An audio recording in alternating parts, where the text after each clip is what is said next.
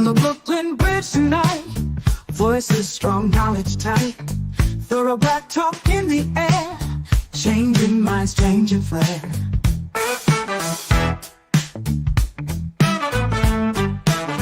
From Brother Tad to Sister Kate, warriors got things to say. Sister Marcia brings the heat, Brother Blacksmith keeps the beat. Revolutionary waves they fly underneath the open sky. Every word's a call to fight. Tune in, feel the ancestral line. Thursday nights, the world will see Black Power Media on the spree. Facebook, YouTube, all aligned, breaking free from everybody.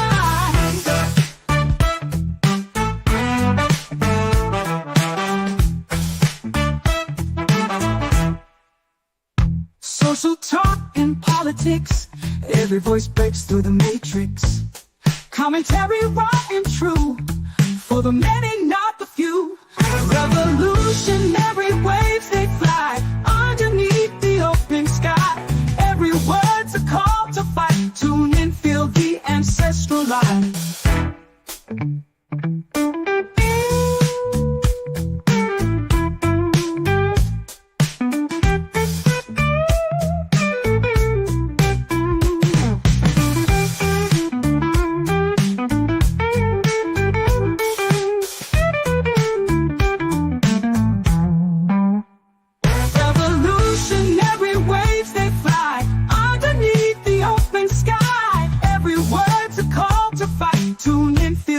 Ancestral line.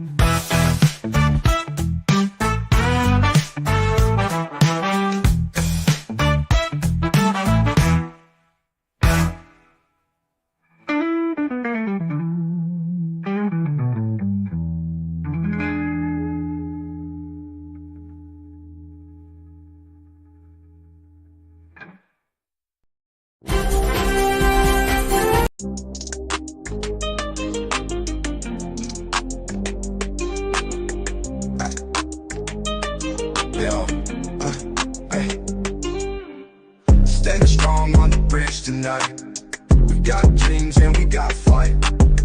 Voices loud in the city's light. Change is coming into sight. History told by scars and pain. Echoes deep in every name. Legal truths we must reclaim. Through the storm and through the rain.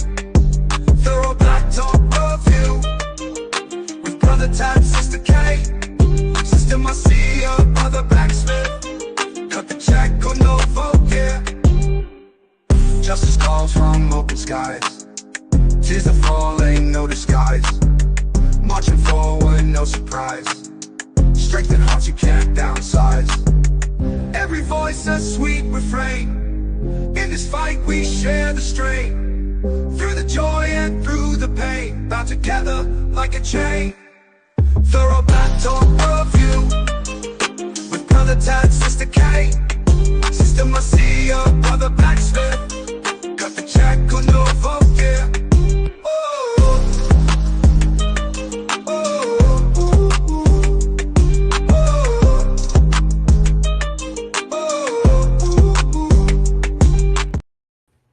Good evening, good evening, good evening, family.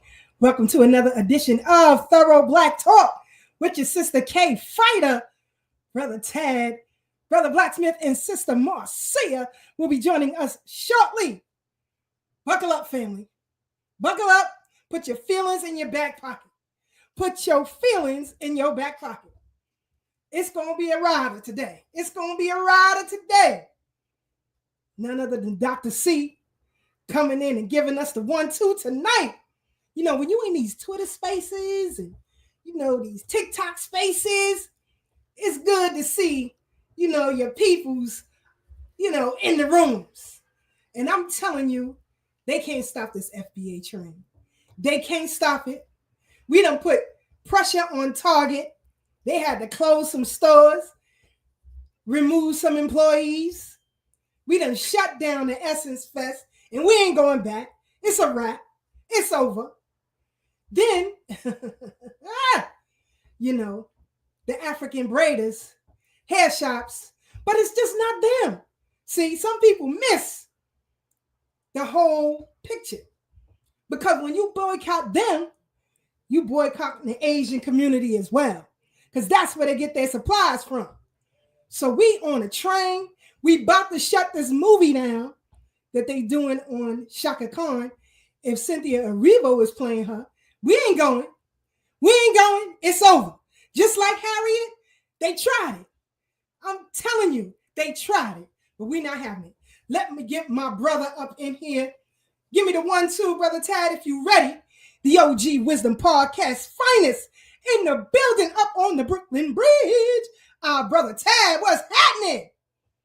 Peace, family. Peace, peace. Can you hear me clearly, sis? I got you loud and clear, brother. We in the black tonight.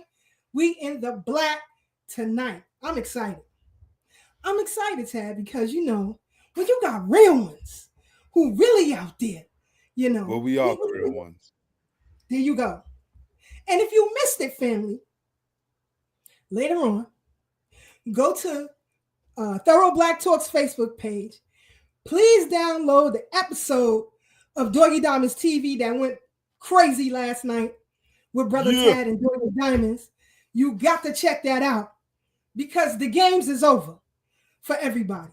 And when I say over, I mean over. You have never seen an awakening like this, never before. Black men and black women on the same page at the same time. This is incredible. This is incredible. But, you know, I got to get our guest up on the Brooklyn Bridge because she got a lot of info. She got a lot of perspective. We had her on here a couple of years ago. But like Brother Tad said, you got to know how to pivot. When new information comes to you, you better know how to pivot. Because if you keep moving in the same old paradigm, you will fall.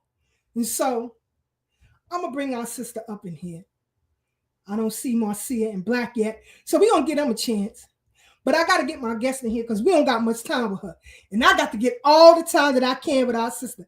Dr. C, you ready? Give me the thumbs up if you ready. She ready. Welcome to the Brooklyn Bridge family. By way of Philly, get up in here. Dr. C, what's happening? Greetings, fam. How y'all doing? How y'all doing? Philly in the building. Yes, peace, Doc. How you feeling? Good. Good to see y'all again. Appreciate love y'all inviting me back on. Man, I had to reach out. Because I know where her headspace is at. Like I said, we be in these Twitter spaces in the afternoon, late at night, 2:00 in the morning, 3:00 in the morning. Me and Dr. C and Sister Brooke, we be up in there for sure. You know, Doc, because a lot of pushback is happening still to this day. Matter of fact, I'm going to play a clip, and I want your perspective on this, Doc. Hold on. Here we go, family. Let's play this clip. Let's come right back and discuss. And Americans in this country are the only groups. They have no culture. It depends on who you meet, where you meet them. But currently, there's not an African-American culture? No. Yes, there is. What is it? Name 2 value systems in the African-American culture. Value system? Yes. Name 2 taboos in the African-American culture system. Name 2 traditions, by the way, in the African-American culture system. There is no value for freedom if you don't understand what it is. The concept of free. You have to have a foundation on which it would balance when you ask for it. Civil rights, they give it to you. You have no culture. Nancy, you've been here, born here. Why would you be surprised if I say African Americans don't have a culture? What, twerking? So anything but I feel like African American culture has definitely you say mainstream. You say the word, the African American culture. What is it? Okay, fine. Like hip hop. Oh, not hip hop. I mean, I don't want to. Yes, I feel like you haven't thought about it. It's fine. Don't make things up. I'm not making it up. Okay, I feel like then educate me. You feel. You should know. You were born and raised here. Yes, but I have a Haitian. Are you African American? I'm Haitian American. That's correct. Do you see why you were being specific with that? Because anybody who encounters you already knows you before, if they know you are Haitian, at least two things comes to their mind. What is that? If they've been to Haiti, they can look at work ethics and they say, yes, Haitians, I know them. Service industry, they know where they do well. Food, they can say yes. And even language, Creole. Right. And they can say, oh, I love Haitians. Because they saw the culture in abstract before they encountered you. So people go over the bridge of your culture, your tradition, your customs, and that helps them to know how to address it. Exactly. To saying to you, any people who ask for these things, which are abstract, freedom, for example, independence, for example, and civil rights, for example, voting rights, for example, you must have a foundation on which these things are going to balance. Because the people there have to uniformly agree with consensus. This is our way of life. The do's and the don'ts involved in our culture. Even if you have to create an artificial culture. Is that why the civil rights movement is considered dead? It's dead and useless. They got it, but they could not balance it on any foundation. African Americans in this country are the only groups. They have no culture. It depends on who you meet, where you meet them.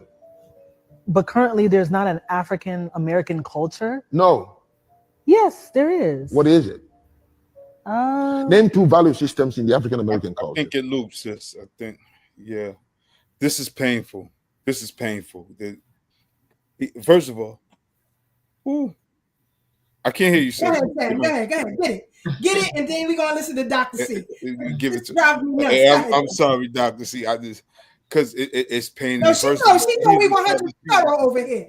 She know. He's a tether, she's a tether. They're tethers together, and they always ask the wrong people the wrong questions, because what they constantly do is they come over here and they equate they top performing wherever they from, whether it's the Caribbeans or the continent, and then they compare it to our lowest performing part of the group. But when you ask, what is the culture? What is our value system? Our value system is resistance. Our value system is freedom fighting, as well as community and family.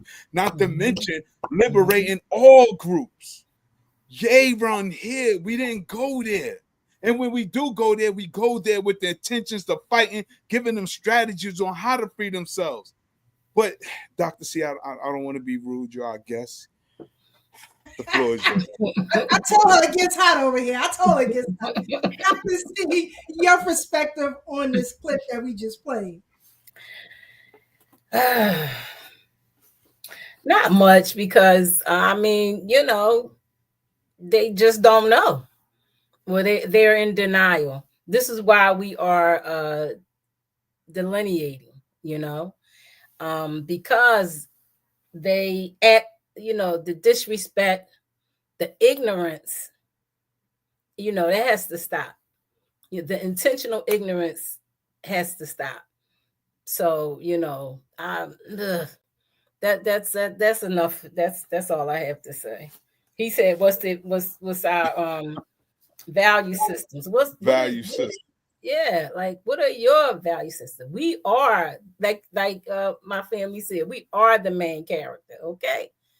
We are the main character in the world, okay? Everyone, no other culture has a Michael Jackson, and they imitate him all over the world. No other culture has a Whitney Houston. No other culture dresses like us. Our drip is global, our music is global. And why? Because everyone wants to imitate us and be us. They even want to claim us. The Latinos was tripping for a long time. Fat ass Joe finally had to recant what he said, after he got, after he messed up the BET Awards or whatever. I don't care about any of those award shows or anything. They're not owned by us, and they don't support who we are as a people. Yes, we are the source. We are the source. We are the main characters. That's right. So, he thought he was saying something, but what is this? What is that? Who are you? Like, where was that interview even at? Where was it at? Was it here? Because it probably wasn't in their own country. Absolutely. I mean, you know, surely it wasn't in Haiti. You know, so come on, man. And you know what I find funny is that here it is. When we go to these places, if they got an elevator, who do they have to thank? If they got stoplights in their cities, who do they have to thank? I wish they would cut this shit out and stop trying to reduce us to hip hop music alone, even though hip hop is global. And we created hip hop as a resistance movement until outsiders got their hands on it and weaponized it like they do everything we create. But just like the geniuses that we are, we create something new. We create something better. So they could have hip hop because we reclaiming country. We doing our thing. Exactly. You know, just I mean, every music genre comes from us. Even and especially Afro beats. Okay. Go ahead. So y'all, you know, come on, y'all, wake it up. We're not, you know, we are not the ones that y'all want to mess with, because we've never run from any fight. We stand toe to toe. We've been fighting, you know, before they came, when they came, and now that they're here. You know, we've been fighting, and we want to continue to fight. We're going to continue to fight. So if y'all want it, y'all want the smoke, we're going to douse your fire so you can have the smoke. And you know what I want to add to that, Dr. C? I don't like when people minimize the civil rights movement. Let's be clear. I don't tell people never call Dr. King no punk, because Dr. King showed up when he knew there was imminent death waiting, and nothing deterred him from showing up anywhere.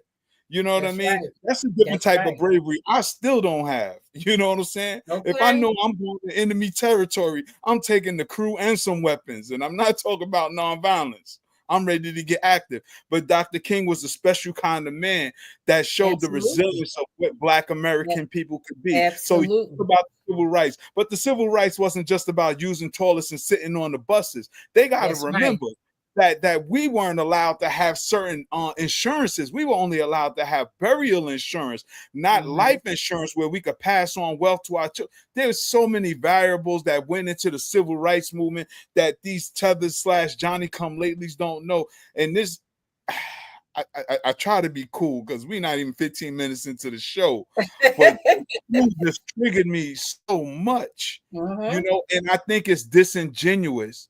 And it's definitely ignorant when you come into our house and disrespect us and don't dare minimize the civil rights movement, because it was the blueprint for what other countries could do. Because remember, none of these countries got their quote unquote independence until after the civil rights movement. In fact, Kwame Nkrumah liberated Ghana, the first what's the word we just used? Independent country. On the continent from the colonizers. But Kwame Nkrumah came here and learned from Dr. King and Malcolm X and all of the greats. He studied with Dr. Clark. He got his degrees here in U.S. Why he didn't get his degrees over in Africa? Exactly. Come on, we say the same thing for Julius Nyerere as well. You know, it was a few African leaders that came here for their education. That's right. You know, so yeah, you know, and people want to, you know, I don't know. This country tends to present in a popular mode. They tend to present that the civil rights movement was this meek and mild thing. Yo, what? They had hitters and shooters. They don't want us to tell that story. I mean, Rosa Parks comes from a whole family of shooters. Okay, so like, you know, it wasn't all that, and we need to teach all sides of the civil rights movement. You know, the women, we know that the women moved in powerful ways to support that whole entity. And don't get me started on the Deacons for the Defense, okay? That's what I was just thinking about them. Our brother Robert and Sister Mabel. What's their last name? From North Carolina, from Money, North Carolina. He was the head of yeah, you talking about Emmett Till? Robert F. Williams. Yeah, Robert F. Williams. Robert and Mabel Williams. Yes, Robert and Mabel Williams. That's right. What's the name of their book? We Have Guns or something. We will shoot back. Negroes with guns. Yeah, Negroes with guns. That's right. Yes, that's right. Negroes with guns.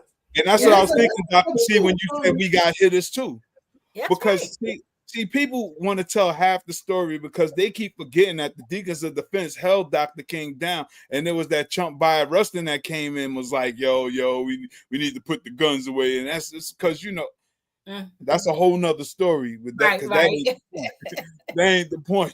You know what I'm saying? Right. The point, like you said, Dr. C, we did have hitters. So don't think it was just a peaceful protest. And I tell people, this is the narrative that the enemy created to make us seem meek and mild. Because when we talk about the migration from the South, we're not talking about a lot of black men that stood up for their families and bust heads and had to get out of Dodge before the Klan rallied up.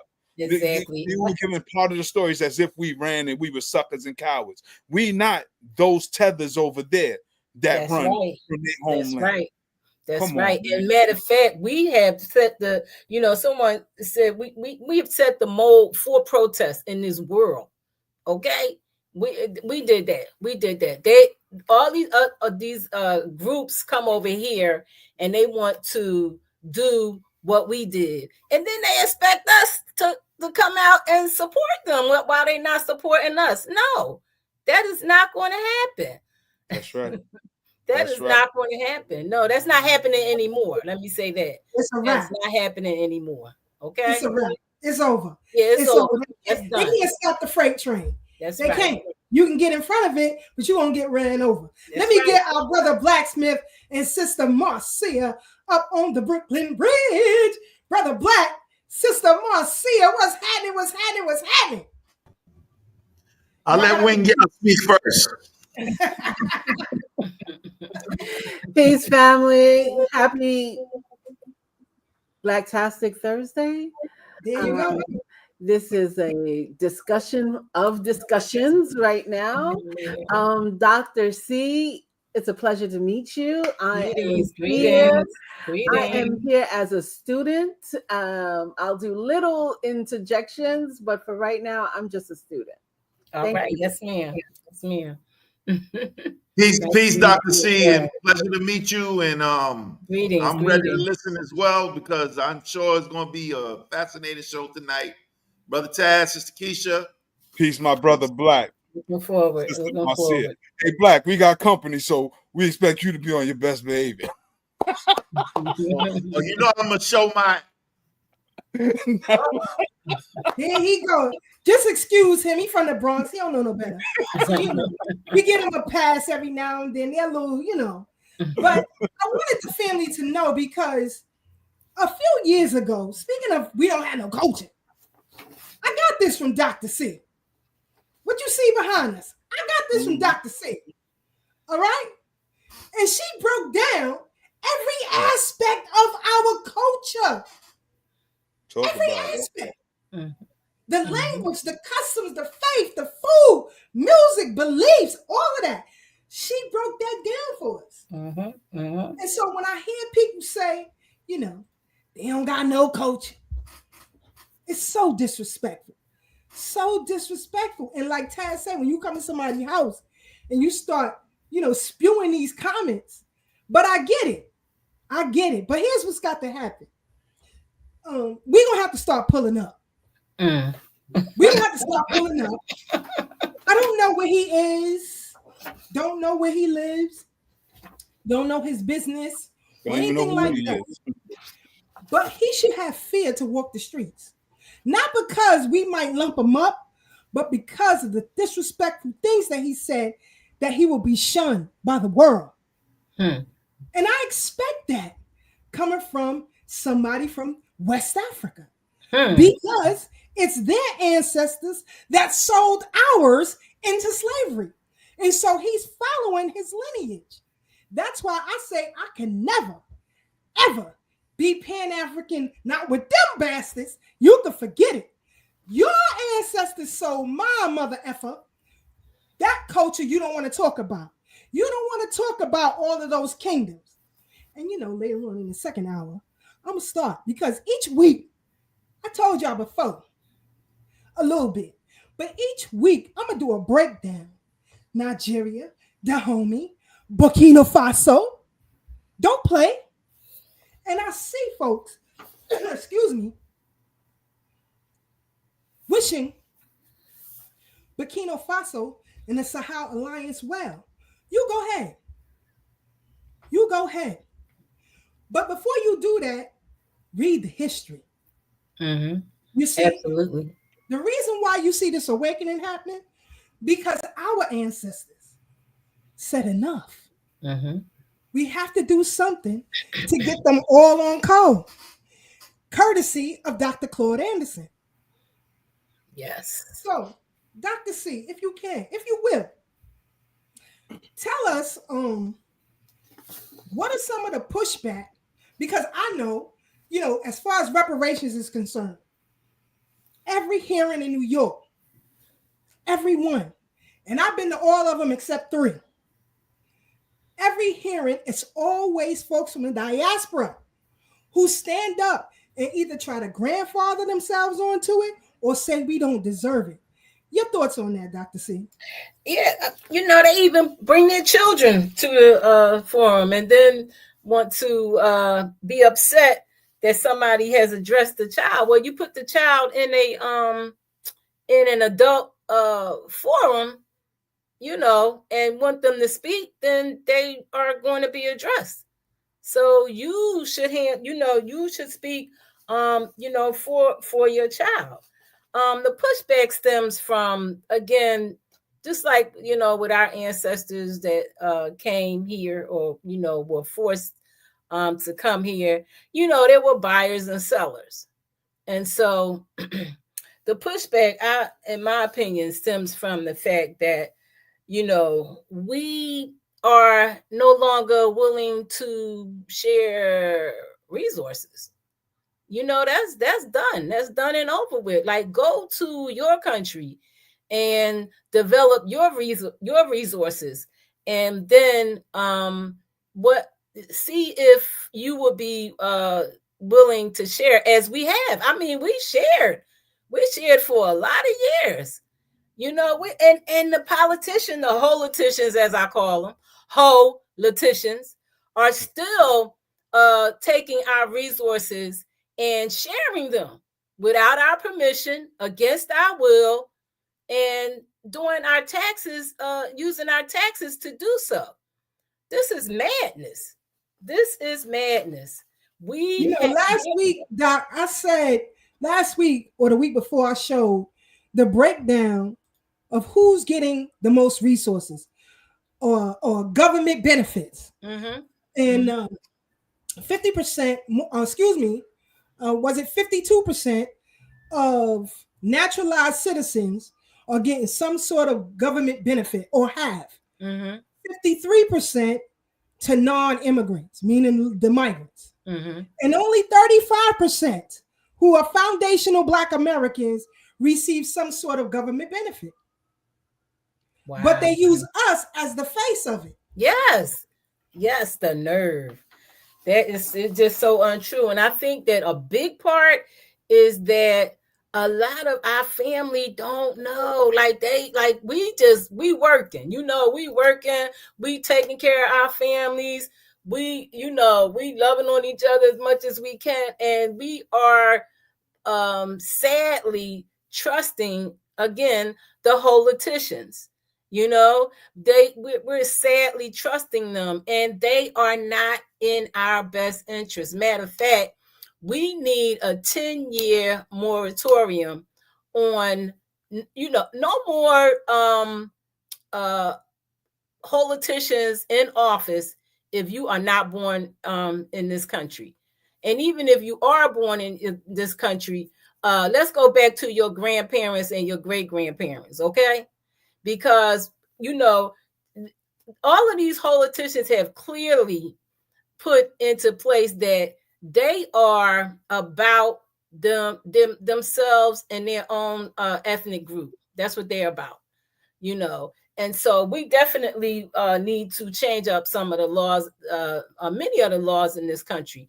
In Chicago, as much as they are flipping red, they had the nerve to put up a 222 bed immigrant, illegal immigrant, because they've took the illegal out of there, immigrant shelter for them, for lack of a better word, and I know that the people in Chicago are not for that. They clearly state that they are not for that. They are taking their mayor and their governor to task, and that's what all of us should be doing. All of us should definitely be doing that. We should be in touch with the politicians, state, local, state, federal, as much as we can, to let them know that we are not in support of things like that. So it's just a lot of madness going on. For me, the grinding of my teeth was when I was seeing those receipts of how much money them folks were getting. They get money for transit, for food, for their apartment, everything. It's ridiculous. Now that there has been some removal of them, because we don't know how many of them are over here. It's a lot more than what the lioness media is telling us. It's a whole lot more. And so, but the ones that are gone, they will probably come back, because the borders are still not secure. And we see little pittances of their removal here and there, but it needs to be more than that. It definitely needs to be more than Barack that. Obama style deportation. Okay. Right. So wasn't he had the most deportations of any president, I heard? Yeah. But that's all he did. His nickname was the Deporter in Chief. Say what? His nickname was the Deporter in Chief. Yeah. But Dr. C, to the point you were making, I worked with the migrants. I worked in the shelters and so worked with the budgets. I seen the money. They were coming in by the busloads. But what really got me one time was that they were fighting each other, like they were oppressing each other, like get down to lay down. Because, you had some who really came here trying to do right, getting the job. Other ones would just hang out in the shelter, wait for the working ones to come back and rob them. One day they had a fight. They got physical. They got violent. I called the cops. Wow. They came. They took homeboy out for every bit of an hour or so. A few hours, he was back. Coming back like a champion, like his hands up in the air. And I'm saying, damn, my black ass, if I go out there and punch somebody in the face, I'm going under the jail. I was going to say, you're going under the jail. You look at what's going on in Ohio. Right. Look what happened in Cincinnati, that little riot right there. Everybody's letting it be known that the white guy started, the Russian dude was kicking cars and the black people was like, chill. And he instigated the fight. But, he get minimum consequences. I think if he do get charged or if he did get charged, it was a misdemeanor. But the brothers, they want to throw them under the jail. And back to what Sister Keisha was saying, they always trying to make us the poster boy or the poster child for degeneracy. Meanwhile, they're supporting other groups. Because when I saw the violence, I said, all right, he's not even legal yet. You know what I'm saying? He's not a citizen. I don't know how far he was in the process because he was actually the gang leader. And he and came right back. And I was like, this is amazing.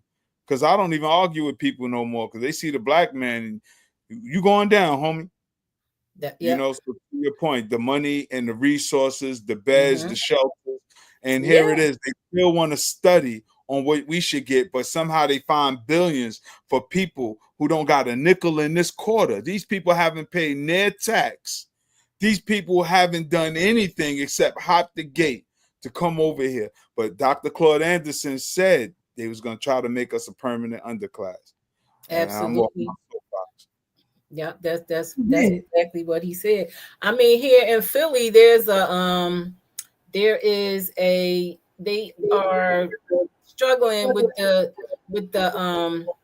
transit system here, not because they don't have the funds. They have the funds. you know, but they are sitting on the funds. It's crazy. And they getting ready to cut 32 bus routes. They're making people deal with 20% less service. And I had the perfect solution. Transfer that illegal immigrant funds to the transit system. And they can still sit on them funds. I don't care. You know, they can still sit on them. But you also have the money, you know, to fund the transit system in this city. You know, it's crazy. Are they talking fair hikes too? Are they talking about fair hikes though? They're talking fair hikes and all of this after they just received millions of funds. Like, I don't even think it was 2 years ago. You know, that's it's madness. It's madness. And I think all of that is pressure. Like, you know, they just want to squeeze us in, you know, but they don't know. They got the wrong people. This is not going to keep happening. This exactly. is not going to keep happening. It's up for everybody. It's up.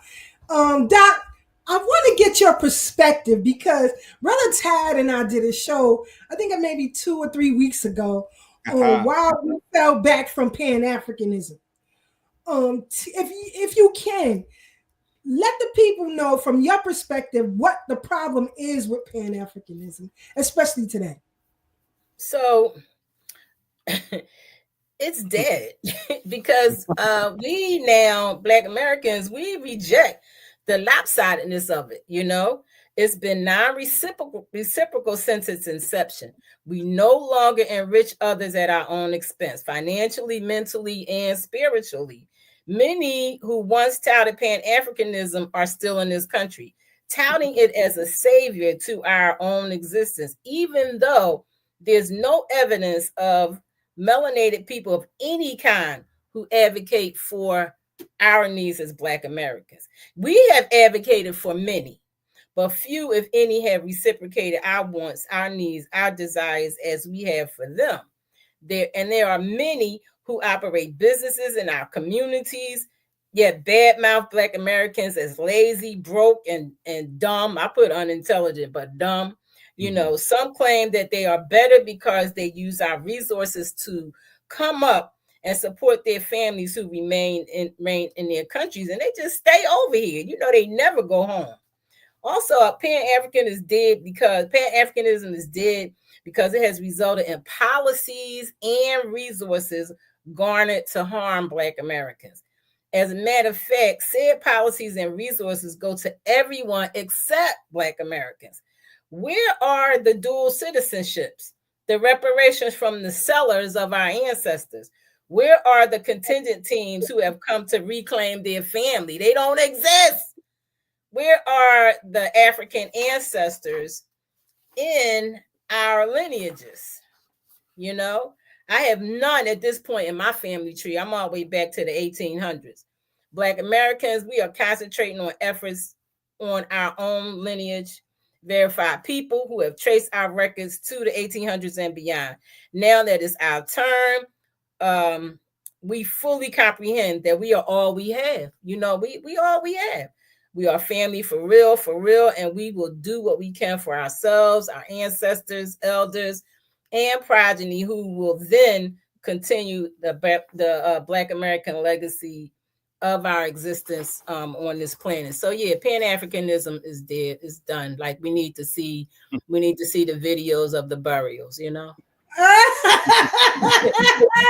Somebody do a TikTok. I might do that. I might do an animation. Yeah, do a TikTok. You know, get paid for it. You know. I think I might do that tomorrow. Okay. But send me the link. Make sure you send me the link. I got you, Doc. I got you. Brother Devon said, and he's the president of U.S. Freedmen's Project here in New York. But he says, we were told here in New York that the Caribbeans wouldn't support reparations unless they could get a peace. No. Meanwhile, they about to... And they got CARICOM. What the hell? What are they doing? Go home. Go home and, you know, re-citizenize yourself to your country and join up with CARICOM. Okay, that's what you need know to what? do. And I say this because some like to brag about their success, if you will, here in this country. But if you're great doctors, great lawyers, great businessmen and women, why aren't you taking that back home to rebuild your nation? Exactly. I'll tell you why, because it's full of SHIT, but you don't want to say that. And another thing that bothers me too with this illegal migrants, illegal aliens, that's what they are. That's the definition by law, illegal aliens. You talked about the handouts. Their children will be the ones who tell our children, we pulled ourselves up by our bootstraps. You've been here forever. And you, mother effer, if you give me 50 grand, I can start a business right now too. Okay. Make it plain. Give me free housing, free food, free medical care. I can do that right now too. Exactly. But this is going to be a problem. This is going to be a problem. And that's why I'm glad that today or the other day, the birthright citizenship came down from the Supreme Court that everybody is subject to investigation now. No more, you had your babies here and your baby is 50. Yeah, you and your baby can now go home. So for all of you from the diaspora who were born here, you better pray that your parents didn't make one error on those applications. A birthday, birth year, name spelling, all of it is subject to investigation. And that's where I'm standing at. See, I'm not going to take lip service from folks. Anybody giving lip service, I'm having DHS investigate you. I'm not going to argue. I'm not calling the cops. I'm straight snitching on everybody who disrespects our lineage, who gets in our way, especially those at the commission hearings for reparations. I'm going to start taking names, and I'm referring you to DHS. I'm not playing no more. Absolutely. Because you're standing in the way of our legacy. Hello. And we've never, like I said, Doc, you got Black Americans who moved to Africa, who moved to South America, moved to Thailand, moved to the Caribbean, and lived there. I have never seen an African American Day parade in any of these countries. I have never seen Black Americans interject themselves into the politics of the people there. But you come here with an arrogance, but I get it. That is your legacy. That's your lineage. You come from that. So I'm clear on what I'm seeing. I just want everybody else to be clear on what they're seeing. So absolutely. Make it plain. We don't have much time, Doc, but I want, if you can, what do you think that we should be doing in order to kill? Because there is a duopoly. And you and I, we are in these spaces, so we hear tellers who come up and talking reckless, but all the time. I think you kind of alluded to it with doing a video. We really have to put a knife into Pan-Africanism because it has been a hindrance for us here from its inception. From its inception, if you go back to what Martin Delaney wrote about, from its inception, it did not include a lineage here. And I think most people haven't read what the founders of Pan-Africanism said and what they did. You see, Martin Delaney, he said any slave person who came to his door and somebody was on the hunt for them, he was going to kill him dead right where he stood. But we don't have that reciprocated. We don't have, like I said, when foundational Black Americans were the ones who stopped Dominique Strauss-Kahn from leaving the country, from essaying a Senegalese woman, Nafissatou Diallo.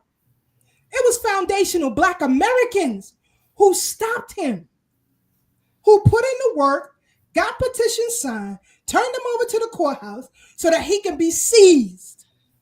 The most powerful man in the world at that time, the head of the IMF, foundational Black Americans in New York, stopped him. I can't find a Senegalese nobody in support of reparations for us here. Ain't that so? Yeah, and you won't. And I said, I'm done. Yeah. I'm done with all of it and everybody. And anybody who got a problem with it, come see me. We welcome you to the Brooklyn Bridge. Bring us your best, please. All you Moors that's talking reckless out here, because you are traitors too. Don't start with me on your history. You damn bastards are traitors too. All of you, bring it. Come on. We welcome you on the Brooklyn Bridge because we're going to destroy you. I know you got to go, Doc. We douse some fires. We douse some fires. Bring it. So bring the smoke. We douse some fires. We're going to help you with the smoke. That's what we doing. Okay. Doc, Brother Devon said, for the record, snitching is only if we did the crime together.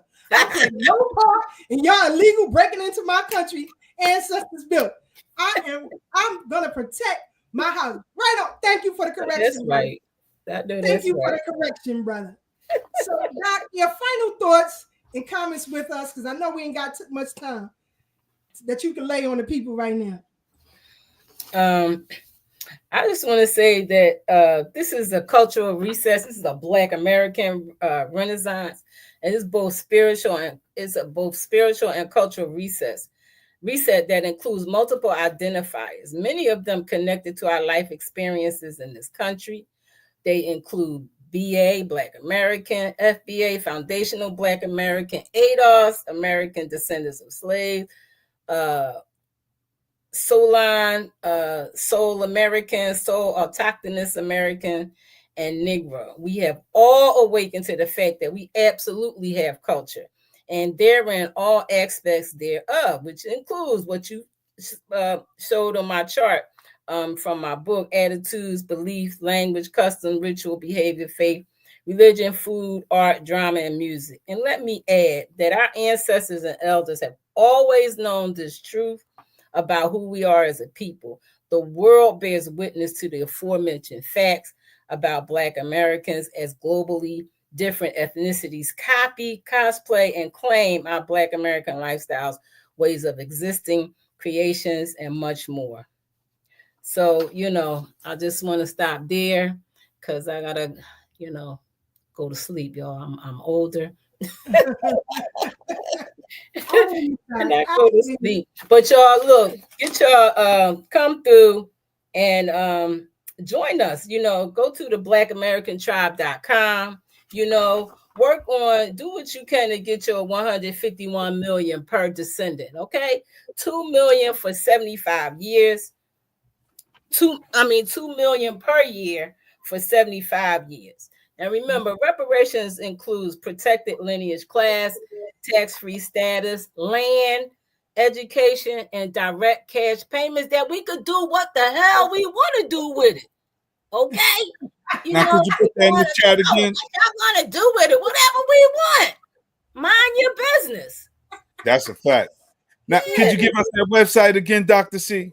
So it's theblackAmericantribe.com. theblackAmericantribe.com. And it is and come and get reparations ready, y'all.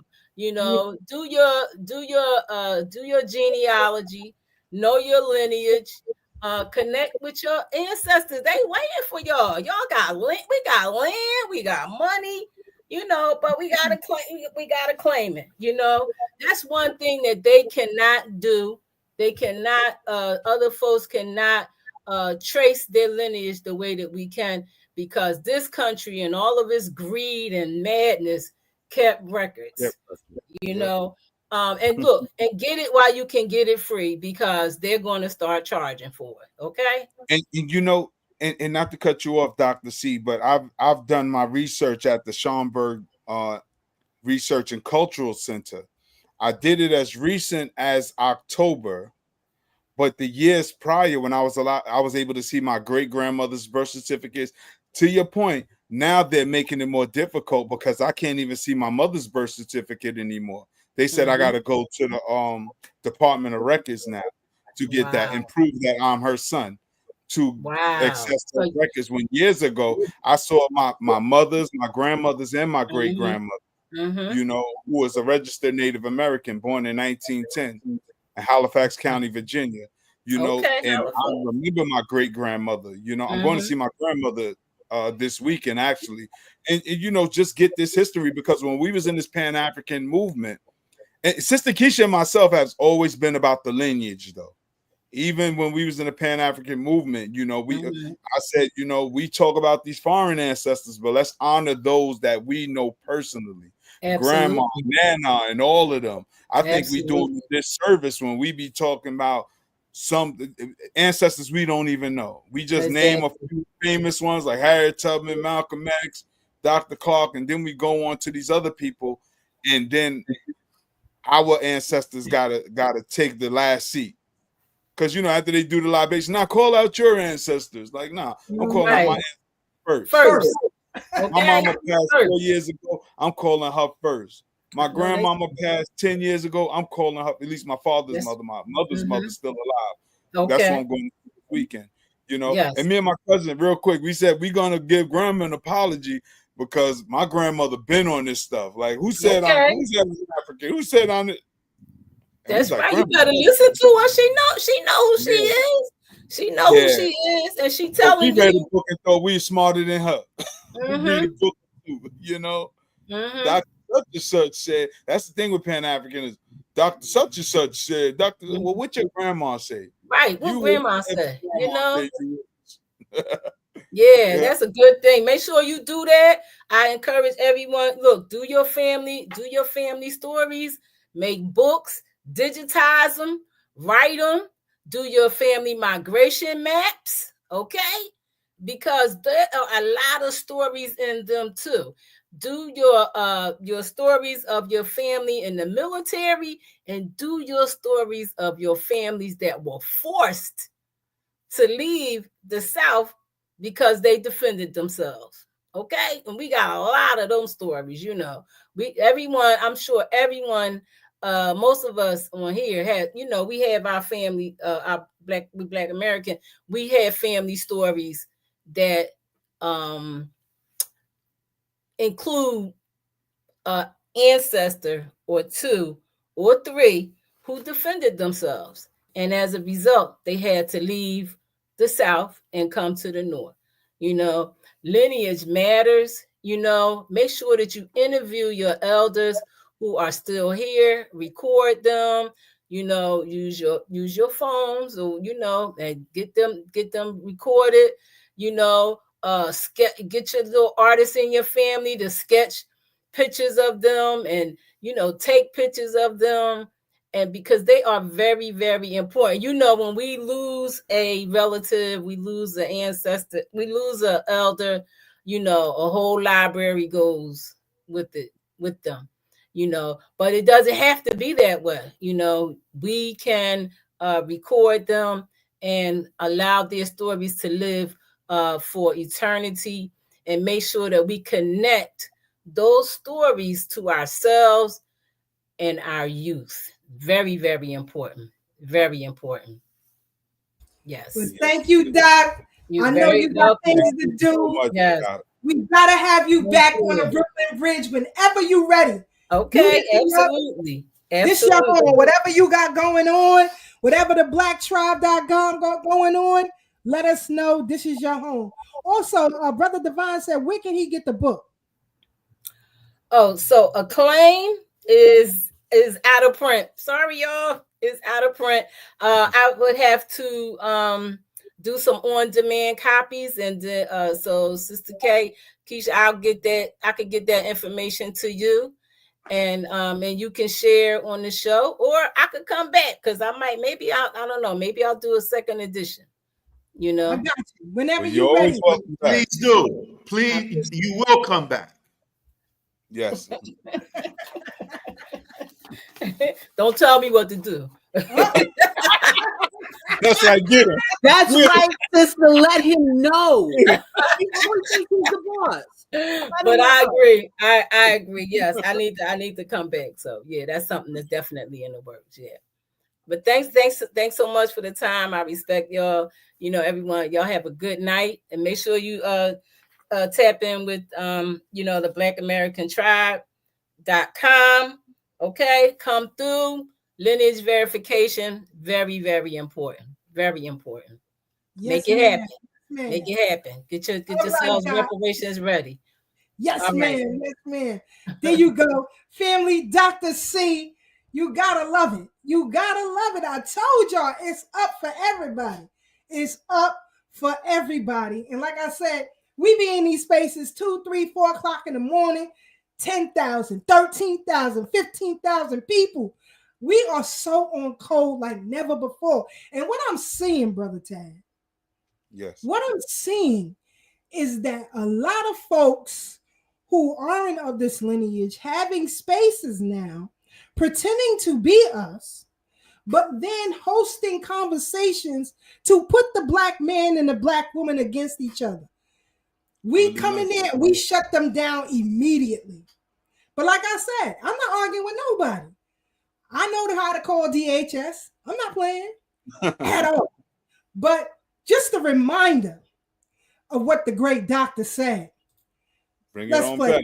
Is that why you use the term Native Blacks? That's right, African Americans. That's right, Native Blacks. And I want to help all Blacks on earth. But if you don't use the word Native Blacks, you shoot yourself in the head. Gotcha. Because if you say African American, the first human beings came out of Africa. Anybody on earth that comes to America is an African American. You can be white and come from Europe tomorrow. You're an African American. That makes total sense. And that's the first thing that hurts. So you can't. That's a very, very broad term. Who's an African American? Sorry, I had to stop it because of the music. But one of our great elders who spoke many years ago at UAM, it's available on YouTube. But he warned us back then where this was going. How many years ago was that? Wow, that was in the 90s. About 20 years ago. Yeah, when he came to UAM. 30 years ago. I'm going to try to pull it up if I 30 can years find it. ago. But he definitely came to UAM and let the people know what time it was back then. And when we talk about esteemed elders, you have to talk about Dr. Claude Anderson. If you haven't gotten his book, Dirty Little Secrets, you should. Powernomics, you should. Read it for yourself. But the Renaissance is happening. It can't be stopped. Anyway, moving on. Because some things have happened in the news as of late. Sister Tanisha says Dr. Claude Anderson was way ahead of his time. There you go. Tag got the book right there. You know, anytime we bring up a book, I got to run to the shelf to let people know we're talking. Y'all forgot about Black Label White Wealth. And we forget that because he got a few books, but these are just to name a few, just to get you started. You know. But that's why, Sister Keisha, every time you name a book, you know, I got to go run and grab it because I don't want people to think we those YouTube scholars. We the ones who went to the bookstores. We was up in A&B and in Kiru bookstores and Sisters bookstores in Harlem. We traveled to get books. All these people are YouTubers now. They just want to pull up a video, take a few sound bites because their attention span is so short. They got the attention span of a goldfish, you know. But we've read the book. So when we talk about Dirty Little Secrets and when we talk about Culture Bandits by Del Jones or Black Holocaust, when we talk about what we're talking about, we're from that time when the clarion call was sounded. We're just acting on it. And I'm going to say one more thing before I pass the mic back, Sister Keisha. I'm so glad that Dr. Claude is still around to witness the fruits of his labor. Because when I seen that man crying in the video, I said, he really mean this stuff. Let's look deeper. I remember when Dr. Frances Cress Welsing was on Donahue. Everything she was saying, I agree with until she said white supremacy gonna have black men wearing dresses. This the 90s, you know, we on our super macho stuff. I'm like, man, brothers ain't wearing no dresses. Everything she said was on point till that. But lo and behold, here we go. Grown-ass men, gang members, tough guys. Them dudes in New Orleans a couple of weeks ago with them red dresses. And I was like, oh, boy. But to be forewarned, to be forearmed. Yes, indeed. Yes, indeed. And I'm glad she also mentioned, to keep continuing the study of lineage. We had a great time last weekend in the class. I had a special presentation for Sister Marcia, but of course she couldn't make it, unfortunately. But because I wanted to show, as I showed with Sister Keisha Cooper, how to research her family in Jamaica and Cuba, right? So I did have a special presentation for Sister Marcia on how to, because you have to know who owns the archives first. France still owns Haiti's archives. They have all of your genealogy, but there are avenues you can use to get it. And I think I sent you a copy of the PDF as well, so she can look at it in her own time. But as Dr. C said, record your family members. Ask them questions. You can start with simple things. What was your grandmother's favorite dish? What was it like around during the holiday? And that will lead on to other things. You know what I'm saying? And there are so many apparatuses that we can use to trace our lineage. As you saw, I did the presentation. I'm into the 1700s now. Okay? So, but we got to deal with the cosplayers. Cardi B is in court again for a verbal assault, I think. The case isn't finished yet. Is she from Brooklyn? No. She's from the Bronx. She's from the hella Bronx. She's from the Bronx. She is a native of you. She is just as bad. She never knows how to shut her mouth like you. She thinks she's a bad gal. Okay, we get it.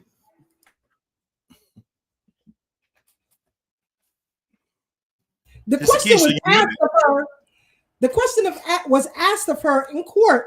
Do you consider yourself African American? Even though she's a subpar rapper. And I'm being kind. A lot of the stuff I don't like.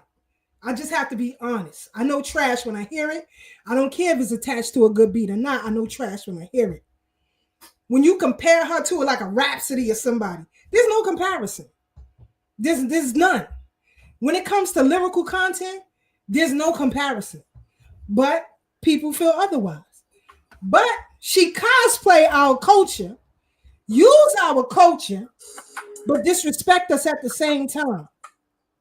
Now, the woman, this took place, I think in California, but the woman is a foundational Black American security guard.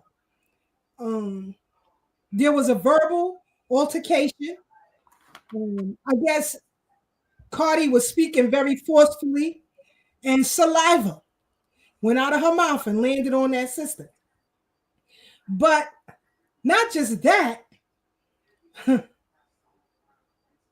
Oh God. Not just that, but the way she called her the N-word, nigga this, nigga that, that's why you're a security guard. This is the verbiage that a lot of them be saying that we just talked about. We pull ourselves up from our bootstraps and all that kind of shit. But I'm going to play this clip and we're going to come right back and we'll discuss. Hold on. Was there spitting? Absolutely not. Did you spit on Miss Ellis? No. Did you call her the N-word? No. What is your background? Are you Hispanic, white, something else? My background? Yes.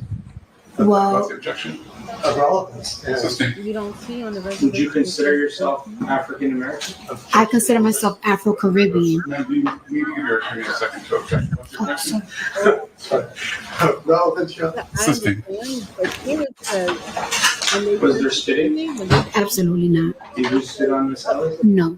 Did you call her the N-word? And then No. it says 13 standards in dining at 3 o'clock.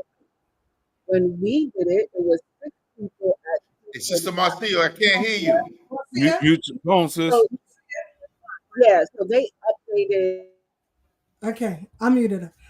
But see, you saw the commentary, right? And she was hurling all kind of N-words to this lady, disrespecting her. And I see it because this is the verbiage she does online to get likes.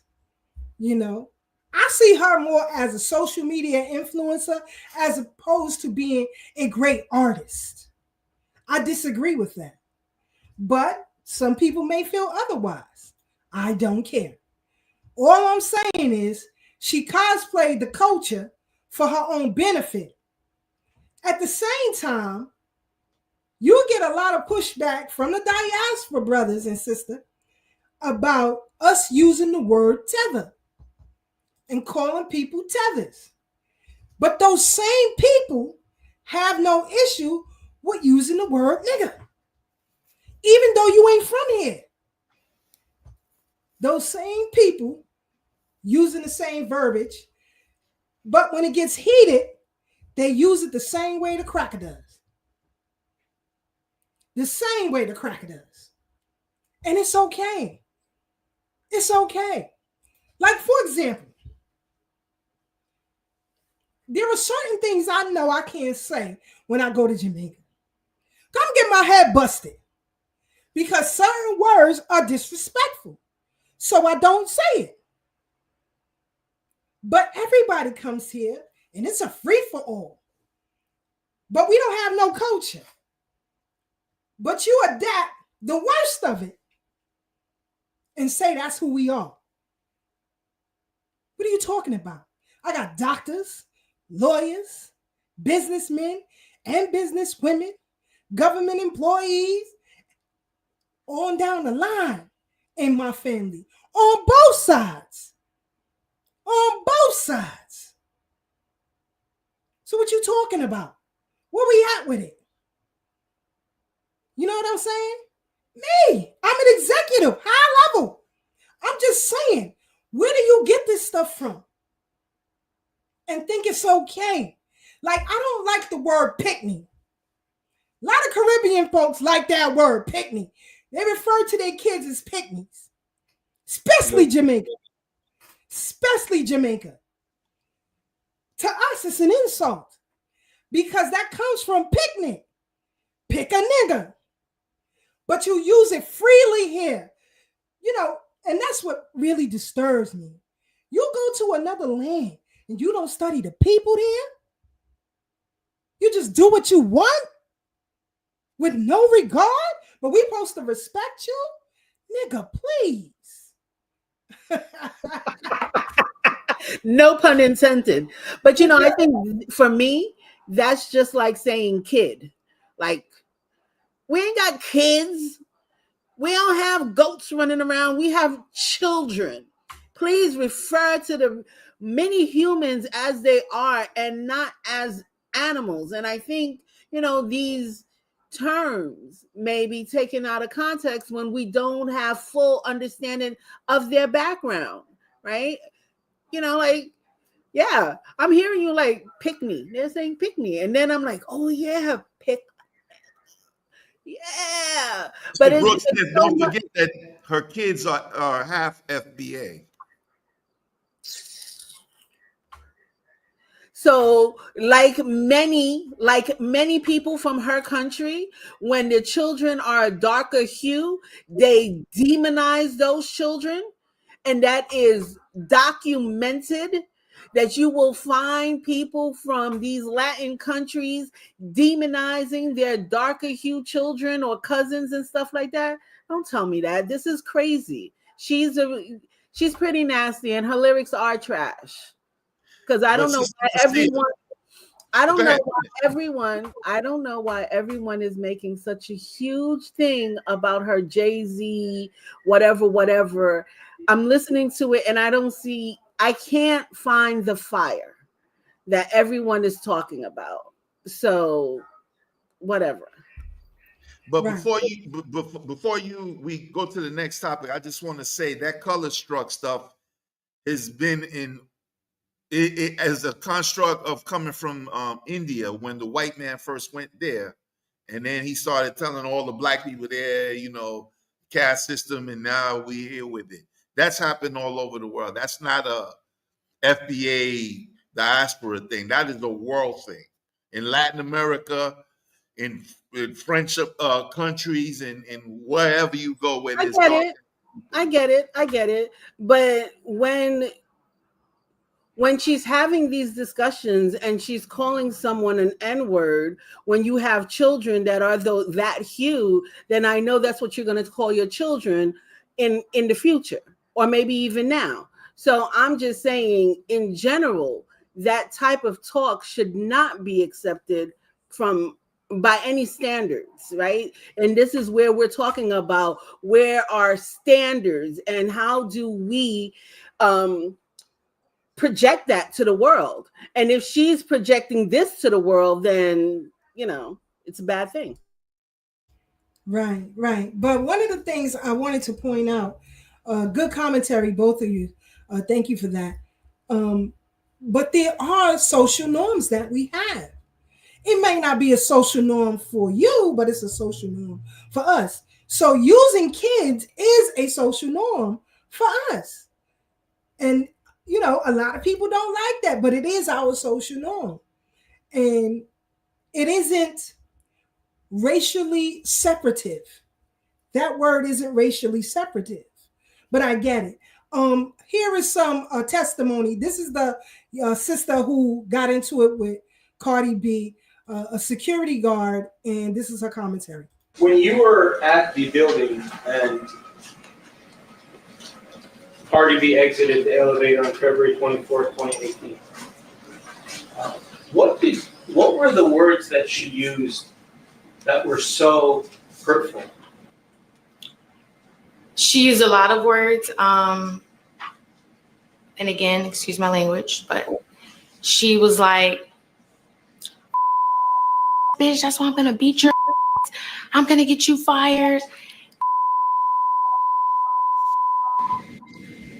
That's why you do security. That's why you do security. She was sticking her tongue out. She was flailing her arms up and down. She was jumping up and down. Body shaming me. I mean, racial slurs, just a lot. And did she spit on you? She did. Did her spit actually land on your body? It did. Why did you exit the elevator to speak with her after she said what she said? I wanted to clarify the misunderstanding. When you were still being a professional in her job, but getting all kind of disrespect. And like I said, Cardi B is known for spewing this type of verbiage. She's known for it. But if she was to say that to a Jewish person, call them something out their name, or an Asian person, that's a hate crime. But for us, it's not. And this is what I'm saying. We've suffered the longest here, but everybody else got a goddamn hate crime through the betrayal of Black politicians, as Dr. C said. They are betrayers. We have over 100 Black mayors, large cities and small. Over 100. I think it's 140 something. I got to double check that. But I think I'm about right. All of them are trash. All of them sold us out for illegal aliens. They've been selling us out. I keep telling y'all, the more of us that we elect into office, the worse our condition gets. Alta used to say that all the time. And it's the truth. We got more Black mayors than ever before. Look at the condition. Look what they did to their metropolises. It's disgusting. Your thoughts, Sister Marcia, on what the plaintiff said in reference to Cardi B's disrespect?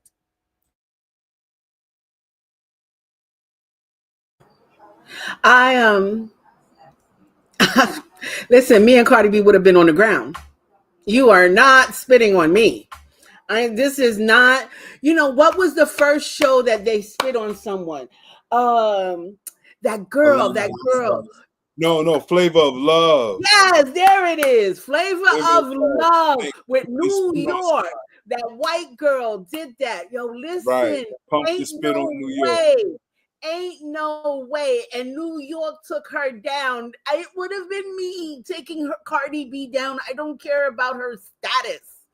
You are not, come on, your bodily fluid, you doing whatever with whomever, whenever, whatever, and then you just, ilk. And where did it land? Where did it land? My heart. Talk about rumble. There would have been a rumble. I don't care. They could have knocked me out. Her bodyguards could have did whatever they wanted to do, but I would have gotten my leg back. At least 2 would have went down. So, yeah, you can't do that. And I think it's very trashy that if you have this opportunity that you're given to be on these main stages and this is what you're projecting, and then there are little people who are watching you, and then little people are going to think that this is okay. Again, standards of living. And if you are sitting there saying you're one thing and then you're just dropping down. Anyway, at the end of the day, all Blacks have this problem. Like, where is our standards of living? Like, that man is sitting there saying, where are Black Americans' value system and this and that and that.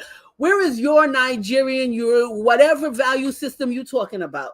Tell me yours. And at that, what pisses me off is that he puts this Haitian girl on the chopping block. Like, I don't know. I was not raised in an American household. I was raised in a Haitian household. I know my stuff. You need to speak to the people that know their stuff, not to just random people. And this is what I don't like about that content. Because he does many contents like this. He's always picking people outside of their country to speak on topics about a country. He's just some professor or economics person. I'll figure it out and tell you in a second. But he just constantly does this. And every time I watch his shows, I'm always like, but why you pick this person? Why you selecting this group to now sound like you have the authority on the content? Like, yeah, I know everything. Brother, you don't. Because you're not one either. So you can't talk about the value systems. You can't talk about morals. You can't tell me about your country stuff before you ask me about my another country that, somehow my parents adopted me into this country and now I have to live here. I don't know everything. And you are just bashing people, and that's disgusting. That's not humanity at the end of the day. So, that's my piece. Cardi B is to all the Cardi B. Can I take that, Sister Keisha? Do you mind? Okay. Well, I lived in Ghana, right? And in Ghana, there's a court. Is that in the Bronx? Yeah. On 137th Street and Kings Highway. Anyway, like I was saying, you start that. Like I was saying, they had a question in Ghana from older people asking younger people, where are you from? It doesn't mean what section of town or the state or city you come from. It means like you're like 22 and I'm 46, so you can't tell me shit, basically. That's what that question means. And when I say that, what I mean to say is, because the African American writ large defines the culture for greater America, but doesn't control the resources, the assets, the ownership of it all. Anybody can come and just fall in line once they see that everybody can use us as a dumping ground. That's all that this is. And if you see that on a job, in other words, a pecking order, so that we know that, in each You might be a boss in one part of a place, and you might be the totally quiet dude in another. You know what I'm saying? And then somewhere else, you're in the middle. So everybody just gets in where they fit in on that dynamic because it's obvious to see. We are the most represented on the news for crime, street crime, and so on and so forth. But, you know, everybody got their own stuff. And unfortunately, that is identified with us due to poverty, not because we're worse or better than anyone. And with that, I yield back. Just Keisha. You know, Black, you hit it on the head, and that's where I was going to go with the poverty, the impoverished mindset. Because here you got a multi-millionaire, Cardi B, and look at her behavior. And I constantly talk about this, the mindset, and what does it represent. And they use Cardi B as the supposedly around the way girl, to your point about the representation of who we're supposed to be. And they just lump anybody up in there that's supposed to have a semblance of being a Black American. You know, as Sister Keisha talked about earlier with the actress that's going to play Shaka Khan, same one who played Harriet Tubman and the likes. You know, there's an intention to misrepresent who we are because they know when they really deal with us, foundational Black Americans who know who they are, know their history and culture, we're going to fight them with intelligence, and they know they can't beat us. That's why, you know, Malcolm used to wash them up. Dr. Clark used to wash them up. Anytime they tried to say we're intellectually inferior and then bring up a Cardi B, like, look at her. She's successful. She's one of their best and brightest. No. She's a goddamn entertainer. Her job Remember is they tried to put her against Candace Owens? And Candace Owens, like, come on, man.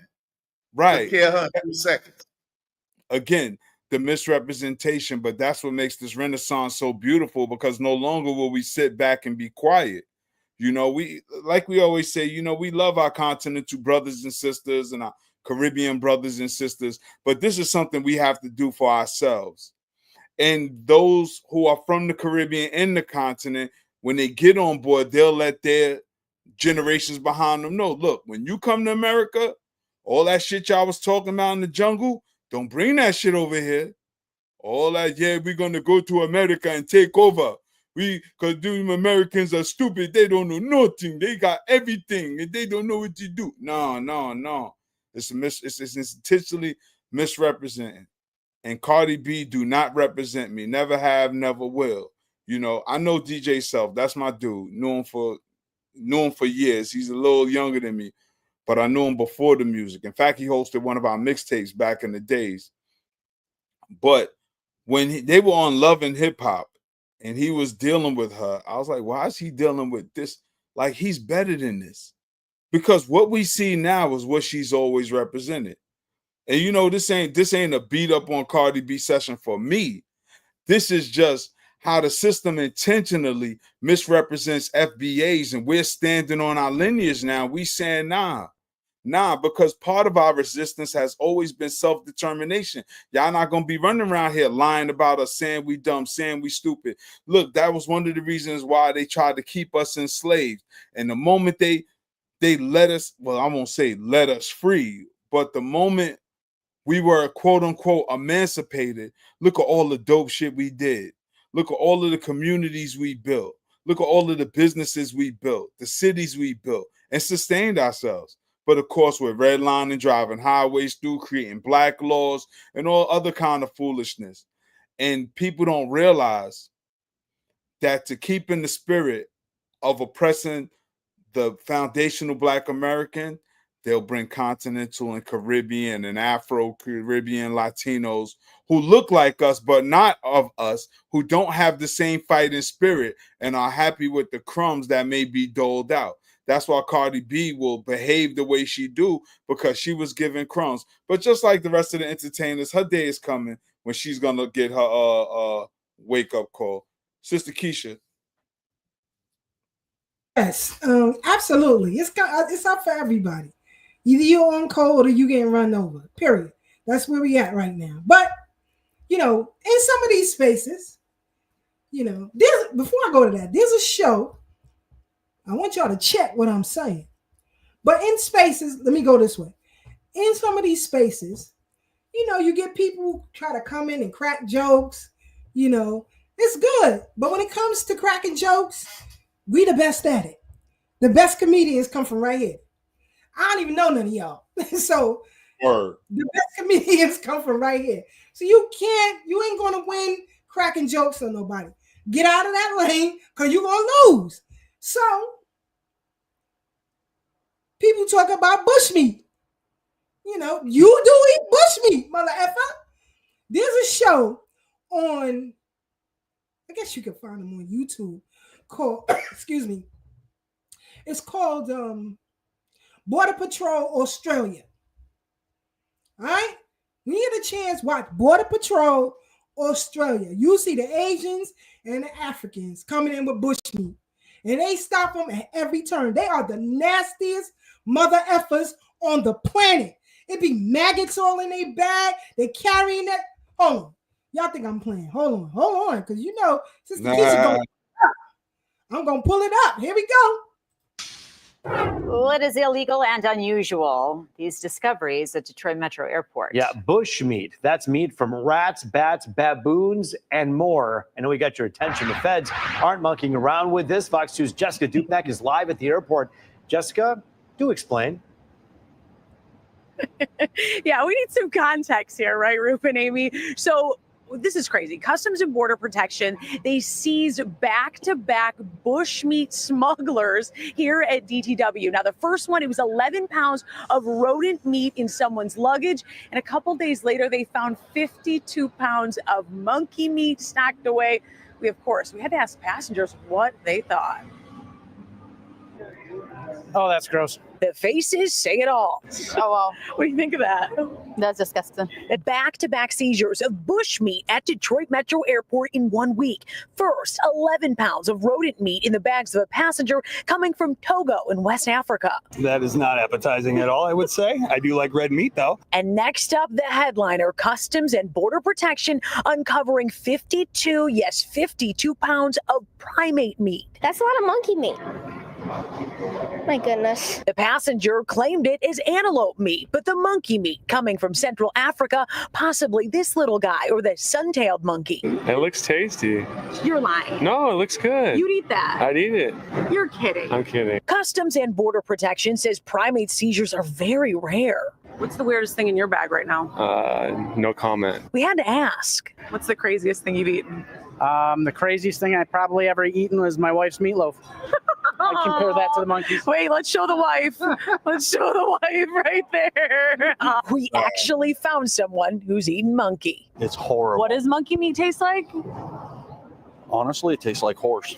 Really? The rodent packer and the monkey meat smuggler slapped with a $300 fine each. The not so funny part, this kind of bushmeat has a serious risk of carrying some scary diseases which can wreak havoc in humans. And I know all cultures and customs, they have different foods that they eat, but it's not something that appeals to me. Yeah, fair enough. This could all be a delicacy somewhere else, but on our unofficial poll here at DTW, it was not a delicacy to these passengers. Now, Customs and Border Protection says that they find all kinds of things. They found some live snails recently, animal skulls, and in most cases, it's not malicious. It's a misunderstanding. Reporting live in Romulus, Jessica Dupnack. See? And so for my friends who are watching, because I know some of you are, when you say, let's go to this restaurant, hell no. Now y'all know why. Hell no. I'm very particular. There are only certain foods that I'm not very adventurous with foods. I'm just not.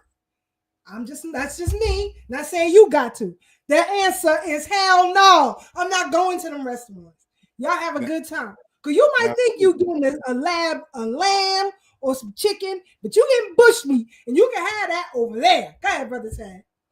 I was going to say, as a person who was at the continent a few times, I've seen the people on the side of the road literally selling bushmeat. And that's what I asked one of the brothers from out there, you know, because people are selling fruits and vegetables and all kind of stuff on the side of the road. You know, you get coconuts, pineapples, bananas.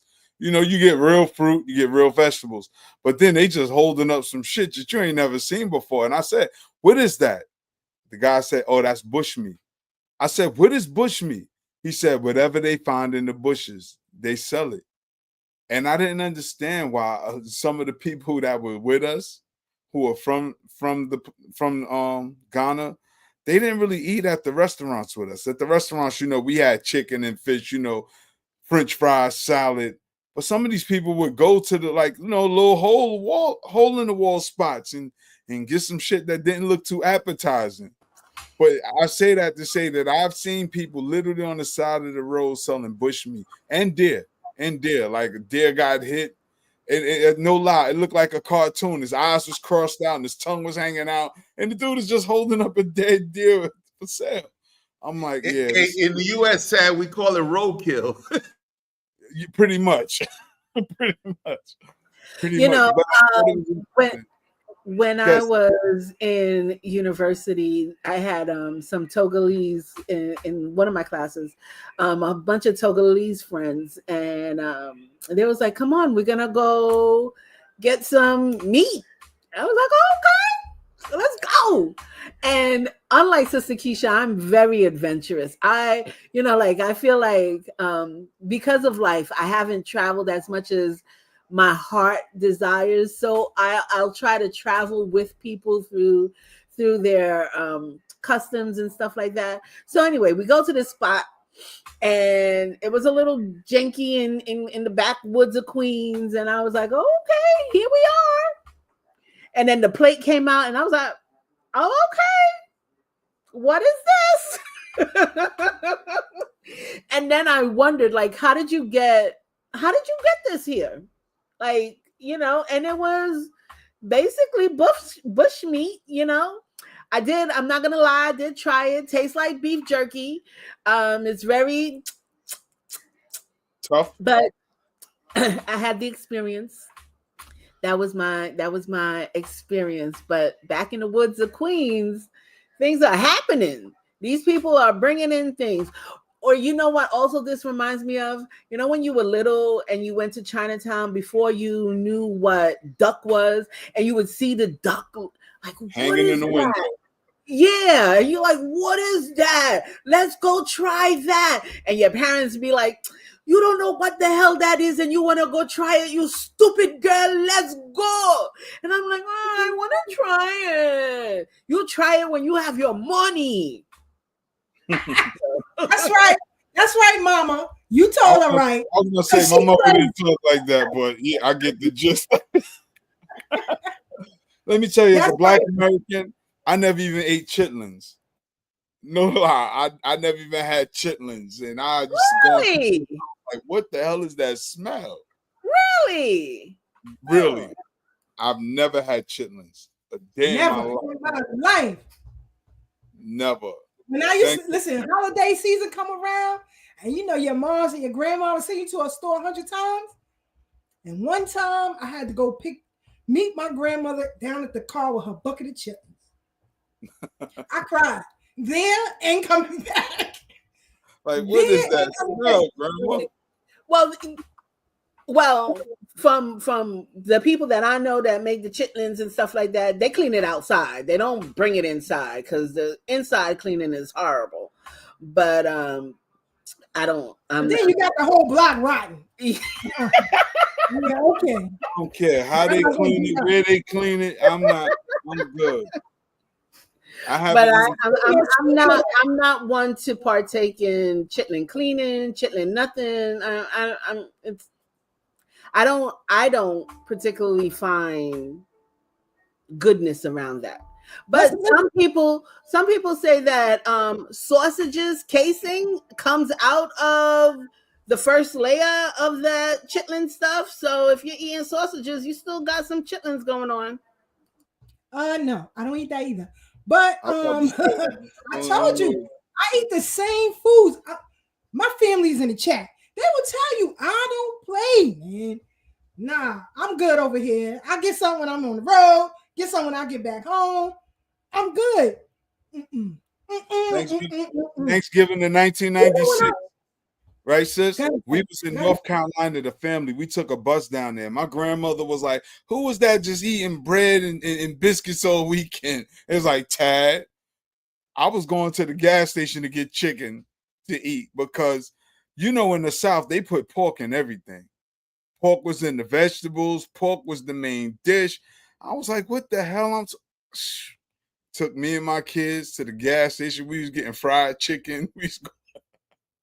I mean, the cakes was good, but yeah, since I just had to put that out there, I'm good on all that. Now let's go to the Bronx.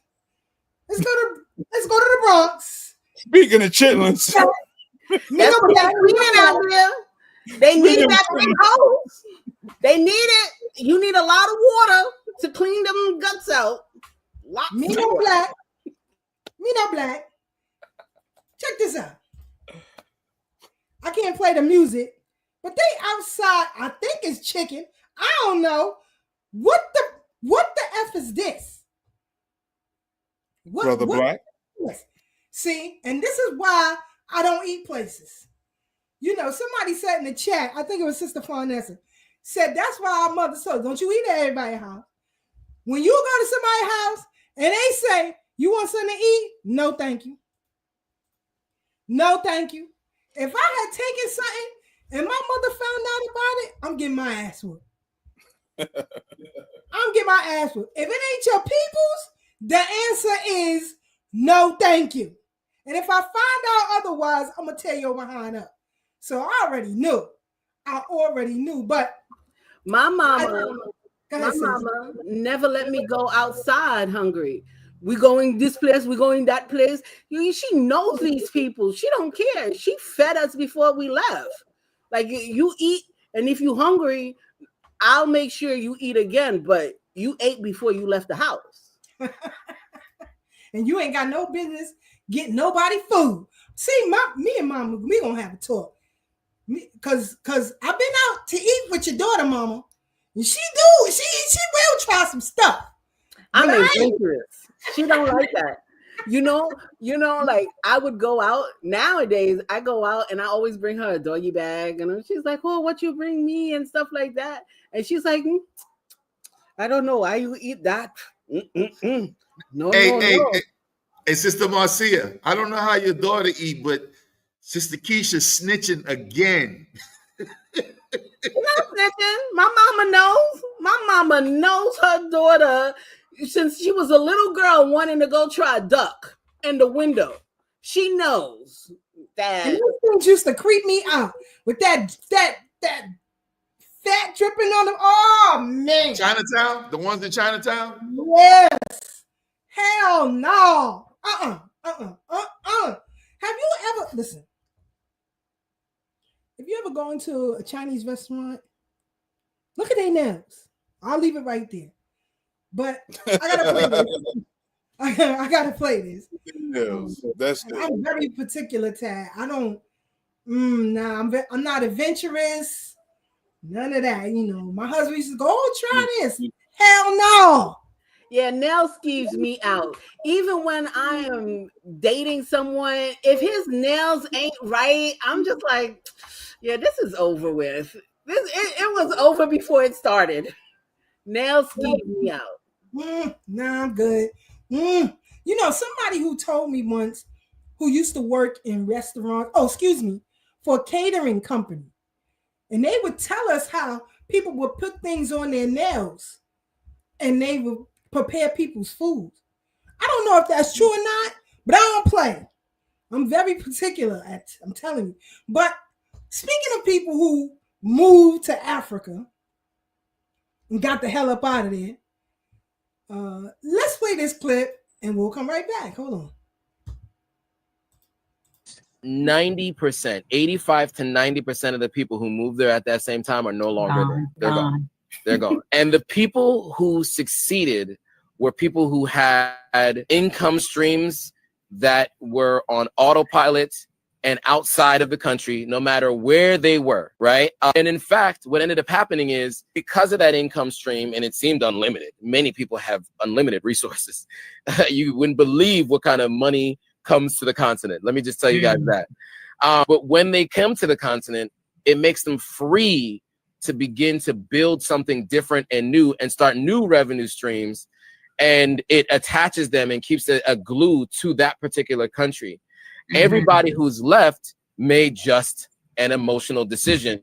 Ooh. And through that emotional decision did not have any logical, continuous revenue source. And so I'll leave you guys with that piece. I would say about they come right back. Yep. Because it has nothing to offer you. That's why he said you got to have an income stream outside of the continent. But they get here and tell you how great the homeland is. Fuck out of here. It ain't great. That's why you left. You ran out of there for a reason. Let's just be honest. And I have plenty of people in my family that went to IUT, you know, they did some early retirement. They were working in some city job and thought that they could build a business over there and create something. They couldn't. And they couldn't sustain on whatever package that was given to them there, you know, because their pension wasn't up yet. So they still have many years before they're receiving a pension. They came right back because it wasn't sustainable. And that's what people don't understand. If you don't have a sustainable outlet to go to a foreign country, then you're not doing it. And that's the benefit of America, that there are so many quote unquote jobs that you could fit in really quickly and propel yourself. But you can't propel yourself at the risk of traumatizing the people that already exist there. And that's the thing that I, as a first generation, understand that my people, all diasporan people, do. They will traumatize people because I have a leverage, I have an opportunity that they're not taking, but you're not respecting the reason why they're not taking it. Especially back in the early 60s and 70s, when there were these union opportunities that people were fighting for, and you just trampled that idea and was like, we don't need no union, we just want job. Marcy is hilarious. I wanted to play this because last week Black tried to mess with us. He brought the Bronx to Brooklyn, and you know, he shouldn't have done that. But let's hear what European promoters are saying about folks like Buju Banton, Barris Hammond, and how they not really making no money over there because them Europeans ain't paying for it. So that's why they have so many tours here. But hold on, let's play this and we'll come right back and discuss. Hammond, you name it. Okay? Buju is asking for crazy money, and since he went out of prison, he just wants to do big stadiums or big arenas in the US. But he just came for one show. The first show was in Summer Jam in Germany, and he got paid 100,000 euros. 150,000 euros. It's crazy money. So the thing is that Buju Banton, he doesn't want to tour anymore in Europe. He doesn't want to tour because he pretends to get paid, 20,000 per night, and it's impossible in Europe. And Barris Hammond, same. He wants to come to Europe. He wants to come with 19 people touring, and he's asking for crazy fees. Barris Hammond can put, let's say, 600, in between 600 to 1,000 people in a venue. So how much you have to charge per ticket to get what he wants to, what he expects to be paid? So Barris can 5,000 people? Not more in Europe. Just in England, he has a huge fan base in England, but not in Europe. And they don't want to adapt at the Europe reality. So they prefer not to tour. Buju Banton and Barris Hammond, you name it. Okay? Buju. So where can they get their bread? What did he say? They want to have the tours here. But you're so proud of your lineage. Why you can't have it on the regular where you come from? Knock it off. Marcy, are you doing this again? That was not me. That was my brother Tad with the batsy and the A. And I called Cap on the I call cap on that because the rainbow flag is flying in Jamaica.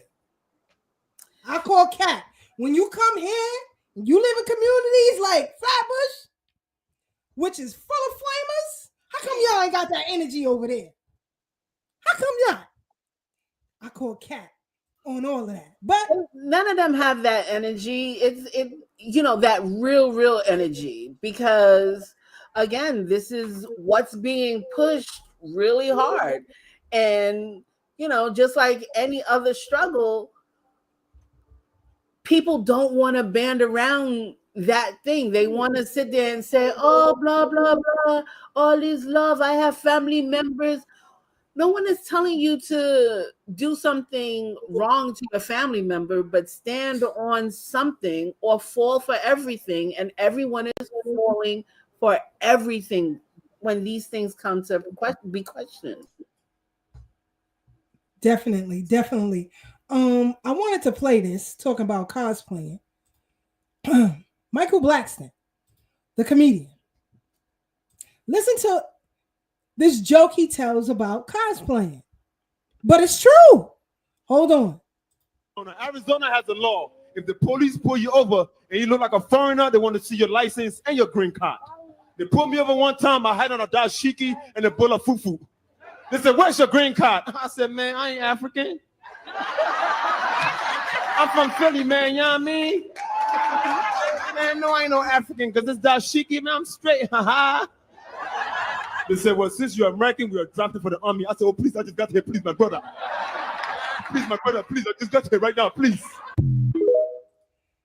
So again, cosplaying to your benefit. But this is real. And so when criminality happens and they try to lump us all in together, as Black mentioned a little earlier, that's a problem. That's a problem, and that's why we're delineating, because of this problem. Now, you are going to have to self-identify when it's good and when it's bad. Because when it's bad, you don't want to say nothing. You ain't waving your flag. We all Black. You see? But when it's good, oh, this is the first Jamaican so-and-so. This is the first Trinidadian so-and-so. How that happen?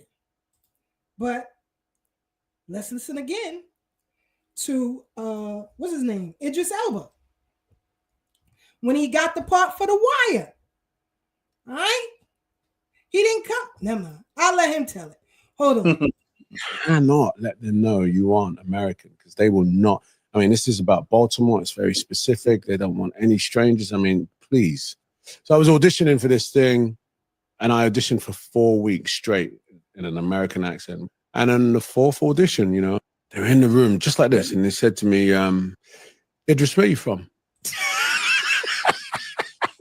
And I'm thinking to myself, they told you don't say nothing. Yeah. And I'm thinking, oh, your accent is shit. Oh, he sussed you. I look at him and I said, I'm from East London. The room just exploded. Oh my God, I told you. No, you didn't know. And I'm sitting there, whoa, what is going on? There's like, yo, we had a bet. I said that he's not from Baltimore. He's not from Brooklyn. He's from somewhere else. But I thought maybe Jamaican, maybe Haitian. You're from England. And this is the conversation. I'm sitting there. And they were like, okay, you got the job. You can't. Okay. He couldn't go in there with his English accent. He had to hide it. And they knew he was cosplaying. They gave him the job, but they knew he was cosplaying. You see? We don't have that advantage. You see, they know we ain't from there when you get off the goddamn plane. They know you ain't one of them. One, because we don't look like y'all. We don't. Our features are very different. Very different. They know you. How you speak when you open your mouth. I can't hide this Brooklyn accent. It is what it is. I'm not going to try it. My great-grandmother's Brooklynite. So I can't hide that. On both sides. It is in my DNA.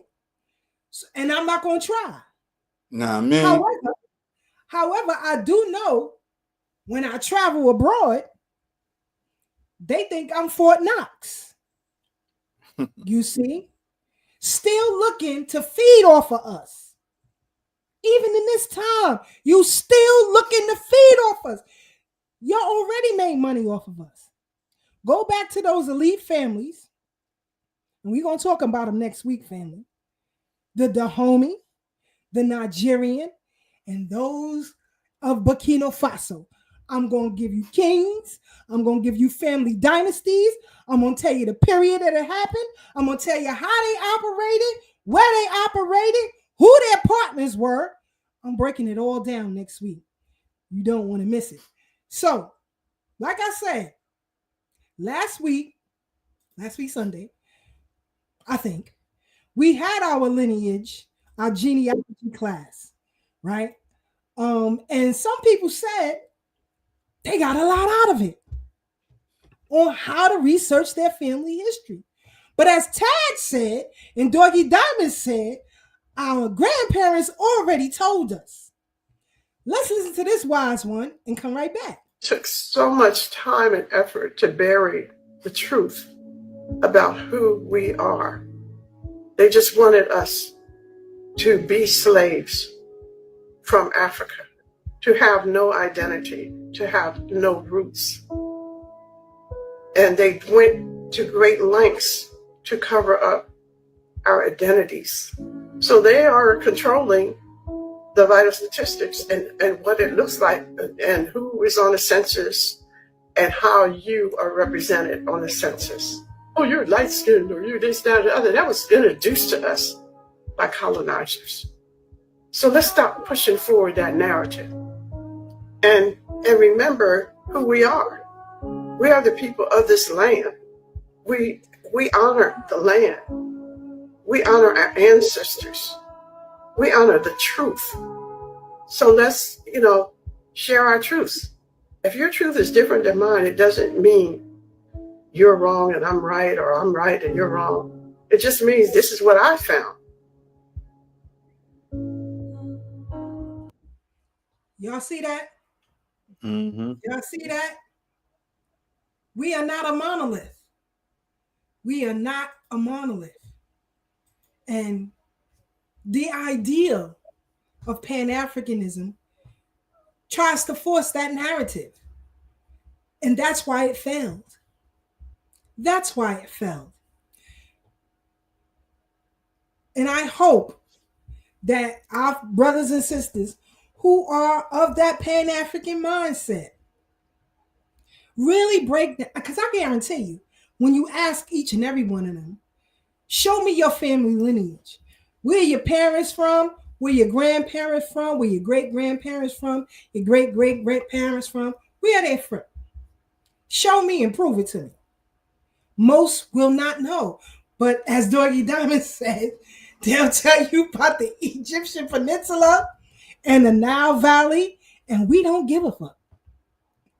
We don't. And you got people, and I know Tad know what I'm talking about, walking around with Egyptian makeup on their damn face, got their head bald with a goddamn piece on the side like they pharaoh. Knock it off. Knock it off. You walking around here crazy. And people follow these folks. Now, even Sarnetta is changing his tune. Mm-hmm. Even Sarnetta is changing his tune. Since we've been right for years. Go ahead, Tad, go ahead. I was just going to say, you and I have been right for years because we've been talking about this at least 10 years ago. And it wasn't even about FBA. It's about just follow your lineage. Who are you? Because people, when you deal with the conscious community, you get a hodgepodge of all these different ideas and identities. Like you said, dudes show up in costumes and in funny haircuts, and people just literally start following them. But is this a proper representation of who you are genetically, genealogically? Is this who you are? See, the one thing the European did was he really pulled the fast one on us as a group. Because remember, they really colonized the young people's education in their minds. And what they did was tell everybody they was from somewhere else. Why? Because if you knew you was from this land, you would defend it and fight for it. But if they tell you you're from some foreign land, you don't see the value in your own land. And that's the greatest trick they played on us. We don't feel no attachment to this land. Rather, we feel the attachment, but we told we don't have no attachment to this land. So we don't see the value in it. Meanwhile, here they are just racking up the land. Because even after our enslavement, we owned more acres, I think at least 10 times more land than we own now. I got to check the stats because it's been about 10 years since I last checked that. How many millions of acres freedmen owned after the Emancipation Proclamation compared to what freedmen own now? And it was the same thing. You know, it's all about a land grab. And we got to be mindful of it. So when we talk reparations, we talk about land that was stolen from us as well as our labor. Because if you watch our past shows, we talked about the kidnapped clubs. So don't think everybody came from Africa that was enslaved. You get a glimpse of it in 12 Years a Slave about the kidnapping of Solomon Northup, you know, a free black man who was kidnapped and then moved down to a plantation. That's just one story, but can you imagine how many times that has happened? Again, there were whole clubs. Sister Keisha, I think we're going to have to do another show on kidnapping clubs, just so folks are familiar with it, you know? So I say that because actually that movie tag that made me start researching it, because it was me, Brother Mike Graves, James Bryson, and Harold Wilbur. We did a symposium on that film, 12 Years a Slave. And so there's a brother down on Spring Street, and he sells original scripts from movies, starting at $5. You could buy an original script. And I went down there, and he sold me an original script for $7. I started to read it, and a lot of things were cut out of the movie. And so I started researching Black people who were kidnapped, and it blew my mind, Tad, because it was so rampant. I'm like, how is it that none of these scholars is talking about this? How come well, I know why in school. Everybody focuses on Harriet Tubman and not David Ruggles. Right. Because when you look at him, when you look at the work he did, right, you will see so many articles. Go to newspapers.com and read the hundreds of thousands of articles of Black people who were looking for their family. It's crazy. So it was that movie that jump-started my research into that. But we've come to the end of our program. Hey, Sister Keisha, real quick, I think that's it. If you so inclined, you could write a book on that. No, I'm good. I'm working on my memoir and my family's genealogy on both sides. So that's why I said before, my focus is me and my family right now. Me and my family right now. I'm 55. I don't know how many years I'm going to be on this planet. I have to leave a blueprint for those who are coming behind us. So the elders on both sides got my back. I don't need nothing else. But I wanted to play this because Dr. C mentioned the killing of Pan-Africanism. But I thought this video was funny. We're going to play it and we're going to come back out with our final comments and close out. Hold on. Here we go. I am so happy to be living. Freedom at last.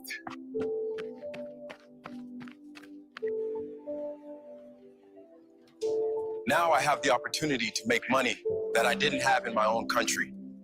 I'm eating well, my darlings, but I won't be coming back. You understand? Papa, we're hungry. Please come home. The socio-economic disparities are stark and the systemic issues deeply entrenched. It's a Look at this view. This is what success looks like. I built this from nothing while you were all just dreaming. I'm living the life you can only imagine. The money is not enough. The children are hungry. We need more.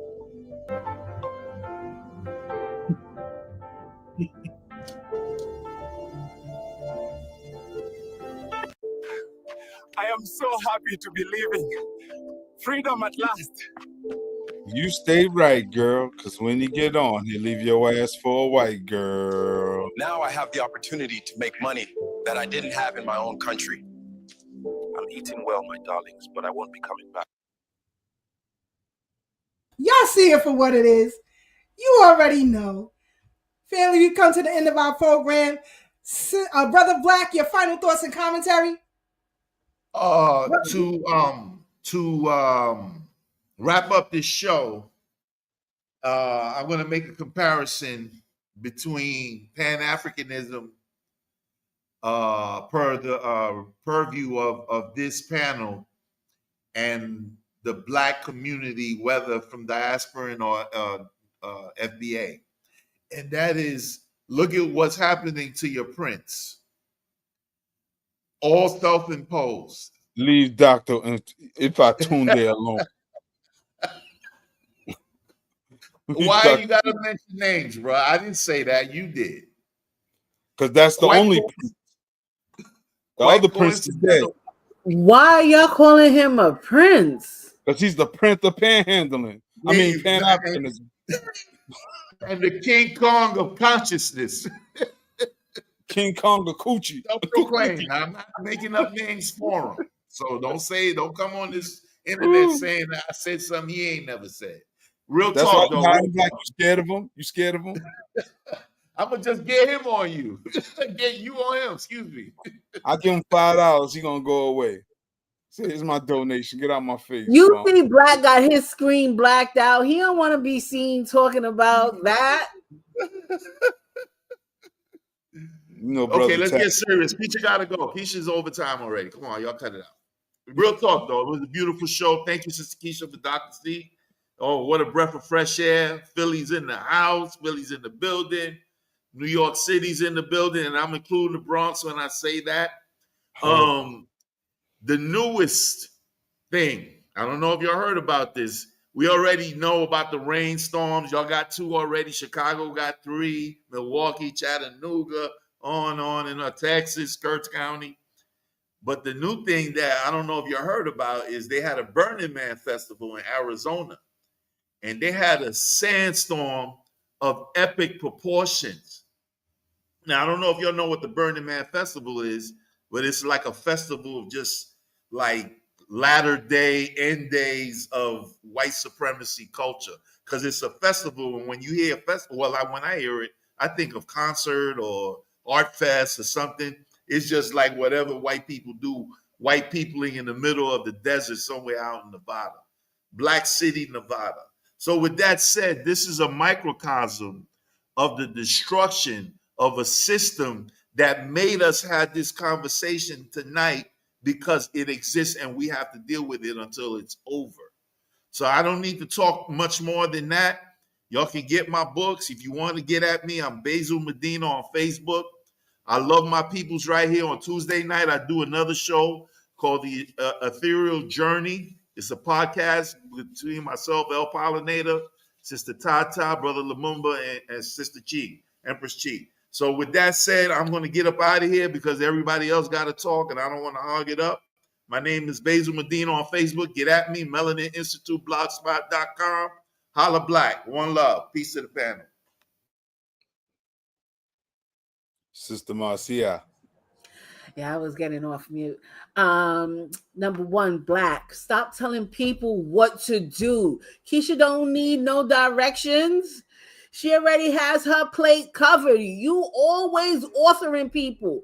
Author self, and then Sister Keisha be authoring me. What you talking about? Because you need authoring. You're from the Bronx.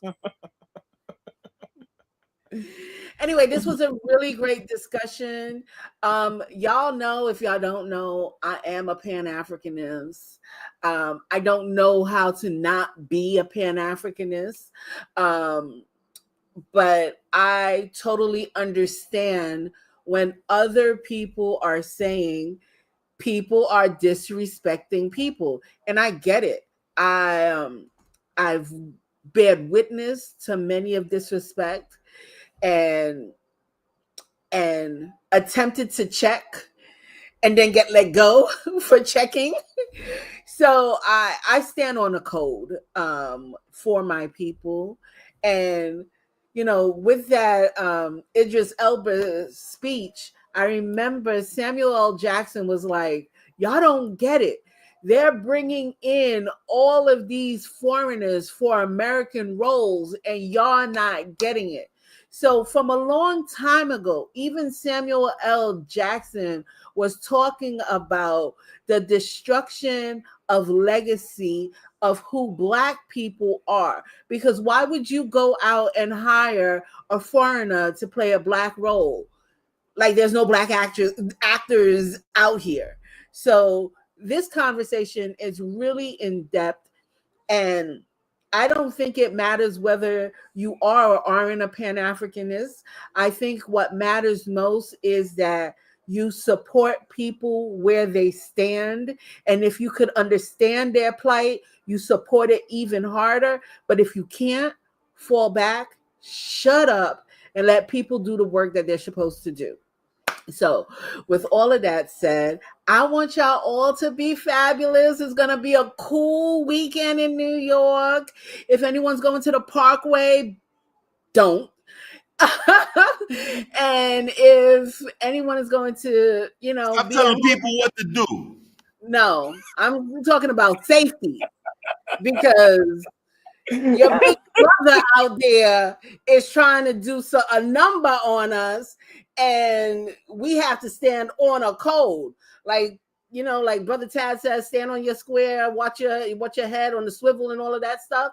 You got to do a lot of that come Labor Day, and you don't have to do a lot of things when you could be at home and backyard on your patio, or in your backyard, cookout on your patio, or on your backyard, in your backyard. Anyway, Sister Keisha, when you coming to get your vegetables? I got cabbage, I got okra, Brother Tad. This weekend. All right. I'm gonna hit you up. All right. With all of that said, please everyone be safe, have fun, and do everything that I won't do, because I'm a good girl. Brother Tad. Hold on, before Tad go, pause. Hard on the gas. I mean on the brake. What? Are you? If you want to know how to grow your own food, please follow our sister Marcia. She is a G at it. I gotta tell the truth. My sister is a G at it. I'm still trying to get this lemon tree popping. My sister is a G at it. So if you want to know, she can show you how to grow food in small spaces and all of that. So hit her up on the gram. Go ahead, Brother Tad. Yeah, and I want my cabbage, I want my carrots, I want my okra, I want my broccoli, my apples, my watermelon. Carrots aren't ready, and I don't know if the watermelon is gonna come out. I planted it too late. That's all right. I'll take two chicken and a dozen of eggs. But wait, it's coming. It's coming. I know. Brother Black, in terms of the Arizona festival, the Burning Man, I did see it. I saw the movie. It's called The Wicker Man. You Not Slick. Stop, with Nicolas Cage, the Wicker Man, where they put him in the thing and set him on fire. Is that the kind of festival you talking about they had? They've been having it for years, bro. Yeah, it's gotten popular in the last probably 10 to 15 years, but they've been having it since probably the 90s or something like that. It Cool. just got big recently. They say 70,000 people was affected because after the sandstorm, they had a rain. It didn't rain a lot, but because of all the excess dust that was loose and then it's wet, it just caused havoc. It blew down tents, every kind of crazy thing. You can look it up. It's out there. It's still happening as we speak. Yeah, I'm going to check it out. No doubt. But family, we definitely want to thank y'all for tuning in and rocking out with us. Thank you to my gracious co-host, my brother Black, Sister Marcia, Sister Keisha. Thank y'all in the audience. Shout out to everybody on the playback. Shout out to our usual suspects, Sister Vera, Sister Farnessa, Ruben 927, Uncle Jesse, and the rest of the family. Thank you to the new people just tuning in, just finding out about Thorough Black Talk. Tell a friend that we back at it like crack addicts. We always here talking our stuff on the Brooklyn Bridge. You could catch me every Sunday at 2 p.m. on the OG Wisdom Podcast on YouTube. And go to Doggy Diamond's page. I was on there last night. We just talking grown-up talk. So definitely check that out for the replay value. So family, hopefully you inspired by something you heard here tonight. It's your turn to go out and inspire others. Y'all stay up, oh, hold up. I'd be remiss if I didn't shout out our sister Brooke and our brother Divine and our gracious guest today, Dr. C. I feel like a fool if I didn't give them a shout out. So y'all stay up, stay blessed, stay true, and remember, no matter how hard things may seem right now, there's always better days ahead. Sister Keisha. Yes. Always the Bronx. Why? They don't know no better. I hope you get a train delay. On the D train. Word, right? If not, we're going to, Sister Marcia, she's in Queens, but don't forget, she's from the East. So we're going to keep Sister Marcia on Brother Black, y'all. Don't worry. But again, thank you, Dr. C, for coming in and rocking out with us. We definitely going to have her Black again. Remember, September 7th, our brother Siraj from the UK will be coming to talk about men's mental health at the BK William Mackey History Club. You want to be there, 103 Quincy Street, and we'll talk about it more next week. Remember, I'm going to break down next week the Dahomey, the Nigerian, and Burkina Faso. Well, it wasn't called Burkina Faso. It was called Upper Volta at that time, I believe. If I'm wrong, tell me I'm wrong. But You're right. That's what the Europeans named it. Okay, I'm right. Sister Marcia rocking. Well, I know they got a Volta region in Ghana. Oh, yes, because they were all connected. They were all connected. And during that conference that chopped them up into many pieces, that's why there's so much friction amongst themselves as well. But Sister Keisha got this. Yes, I can't wait. We're going to have a deep discussion next week, family. I wasn't feeling too well today. As a matter of fact, I told my husband I got to make a doctor's appointment because I really wasn't feeling too well. But as soon as I logged on, everything was in order. I feel good. That's my ancestors. That's the ancestors. Get your ass up and do this show like I know you better. Spread knowledge. Spread love. See, that's the same authoring that you need in order to get through. That's what I'm talking about. My sis knew what she had to do in order to get her ass up. That's right. A shout out to the usual suspects. Thank you, Brother Terrell, for the Cash App. We love y'all. Stay up. Stay black. Get on code.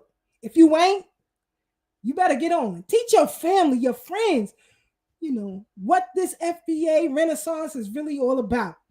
Reclaiming our lineage. So until next week, family, y'all have a good rest of the week. Enjoy yourself. All of y'all on the Parkway, if you see any of them gyrating on the Hasidics and the NYPD, take a video, picture, send it to Thorough Black Talk. And we're going to put their asses on blast next week. And if you go down there, teach your family and friends who the origin of that parade is, who really put it in motion for you. So until next week, family, good night. We are out.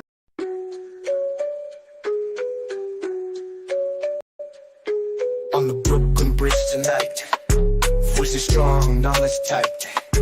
Thorough Black Talk in the air, changing minds, changing flair. From Brother Tad to Sister K, warriors got things to say. Sister Marcy brings the heat, Brother Blacksmith keeps the beat. Revolutionary waves, they fly underneath the open sky. Every word's a call to fight. Tune in, feel the ancestral light. Thursday nights the world will see Black Power media on a spree. Facebook, YouTube all aligned. Breaking free from every bind. Social talk and politics. Every voice breaks through the matrix. Commentary raw and true. For the many, not the few. Revolutionary waves, they fly underneath the open sky. Every word's a call to fight. Tune in, feel the ancestral light.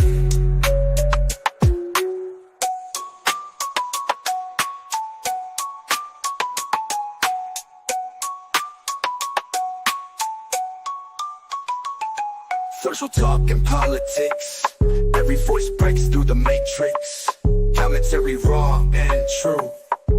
For the many, not the few. Revolutionary waves, they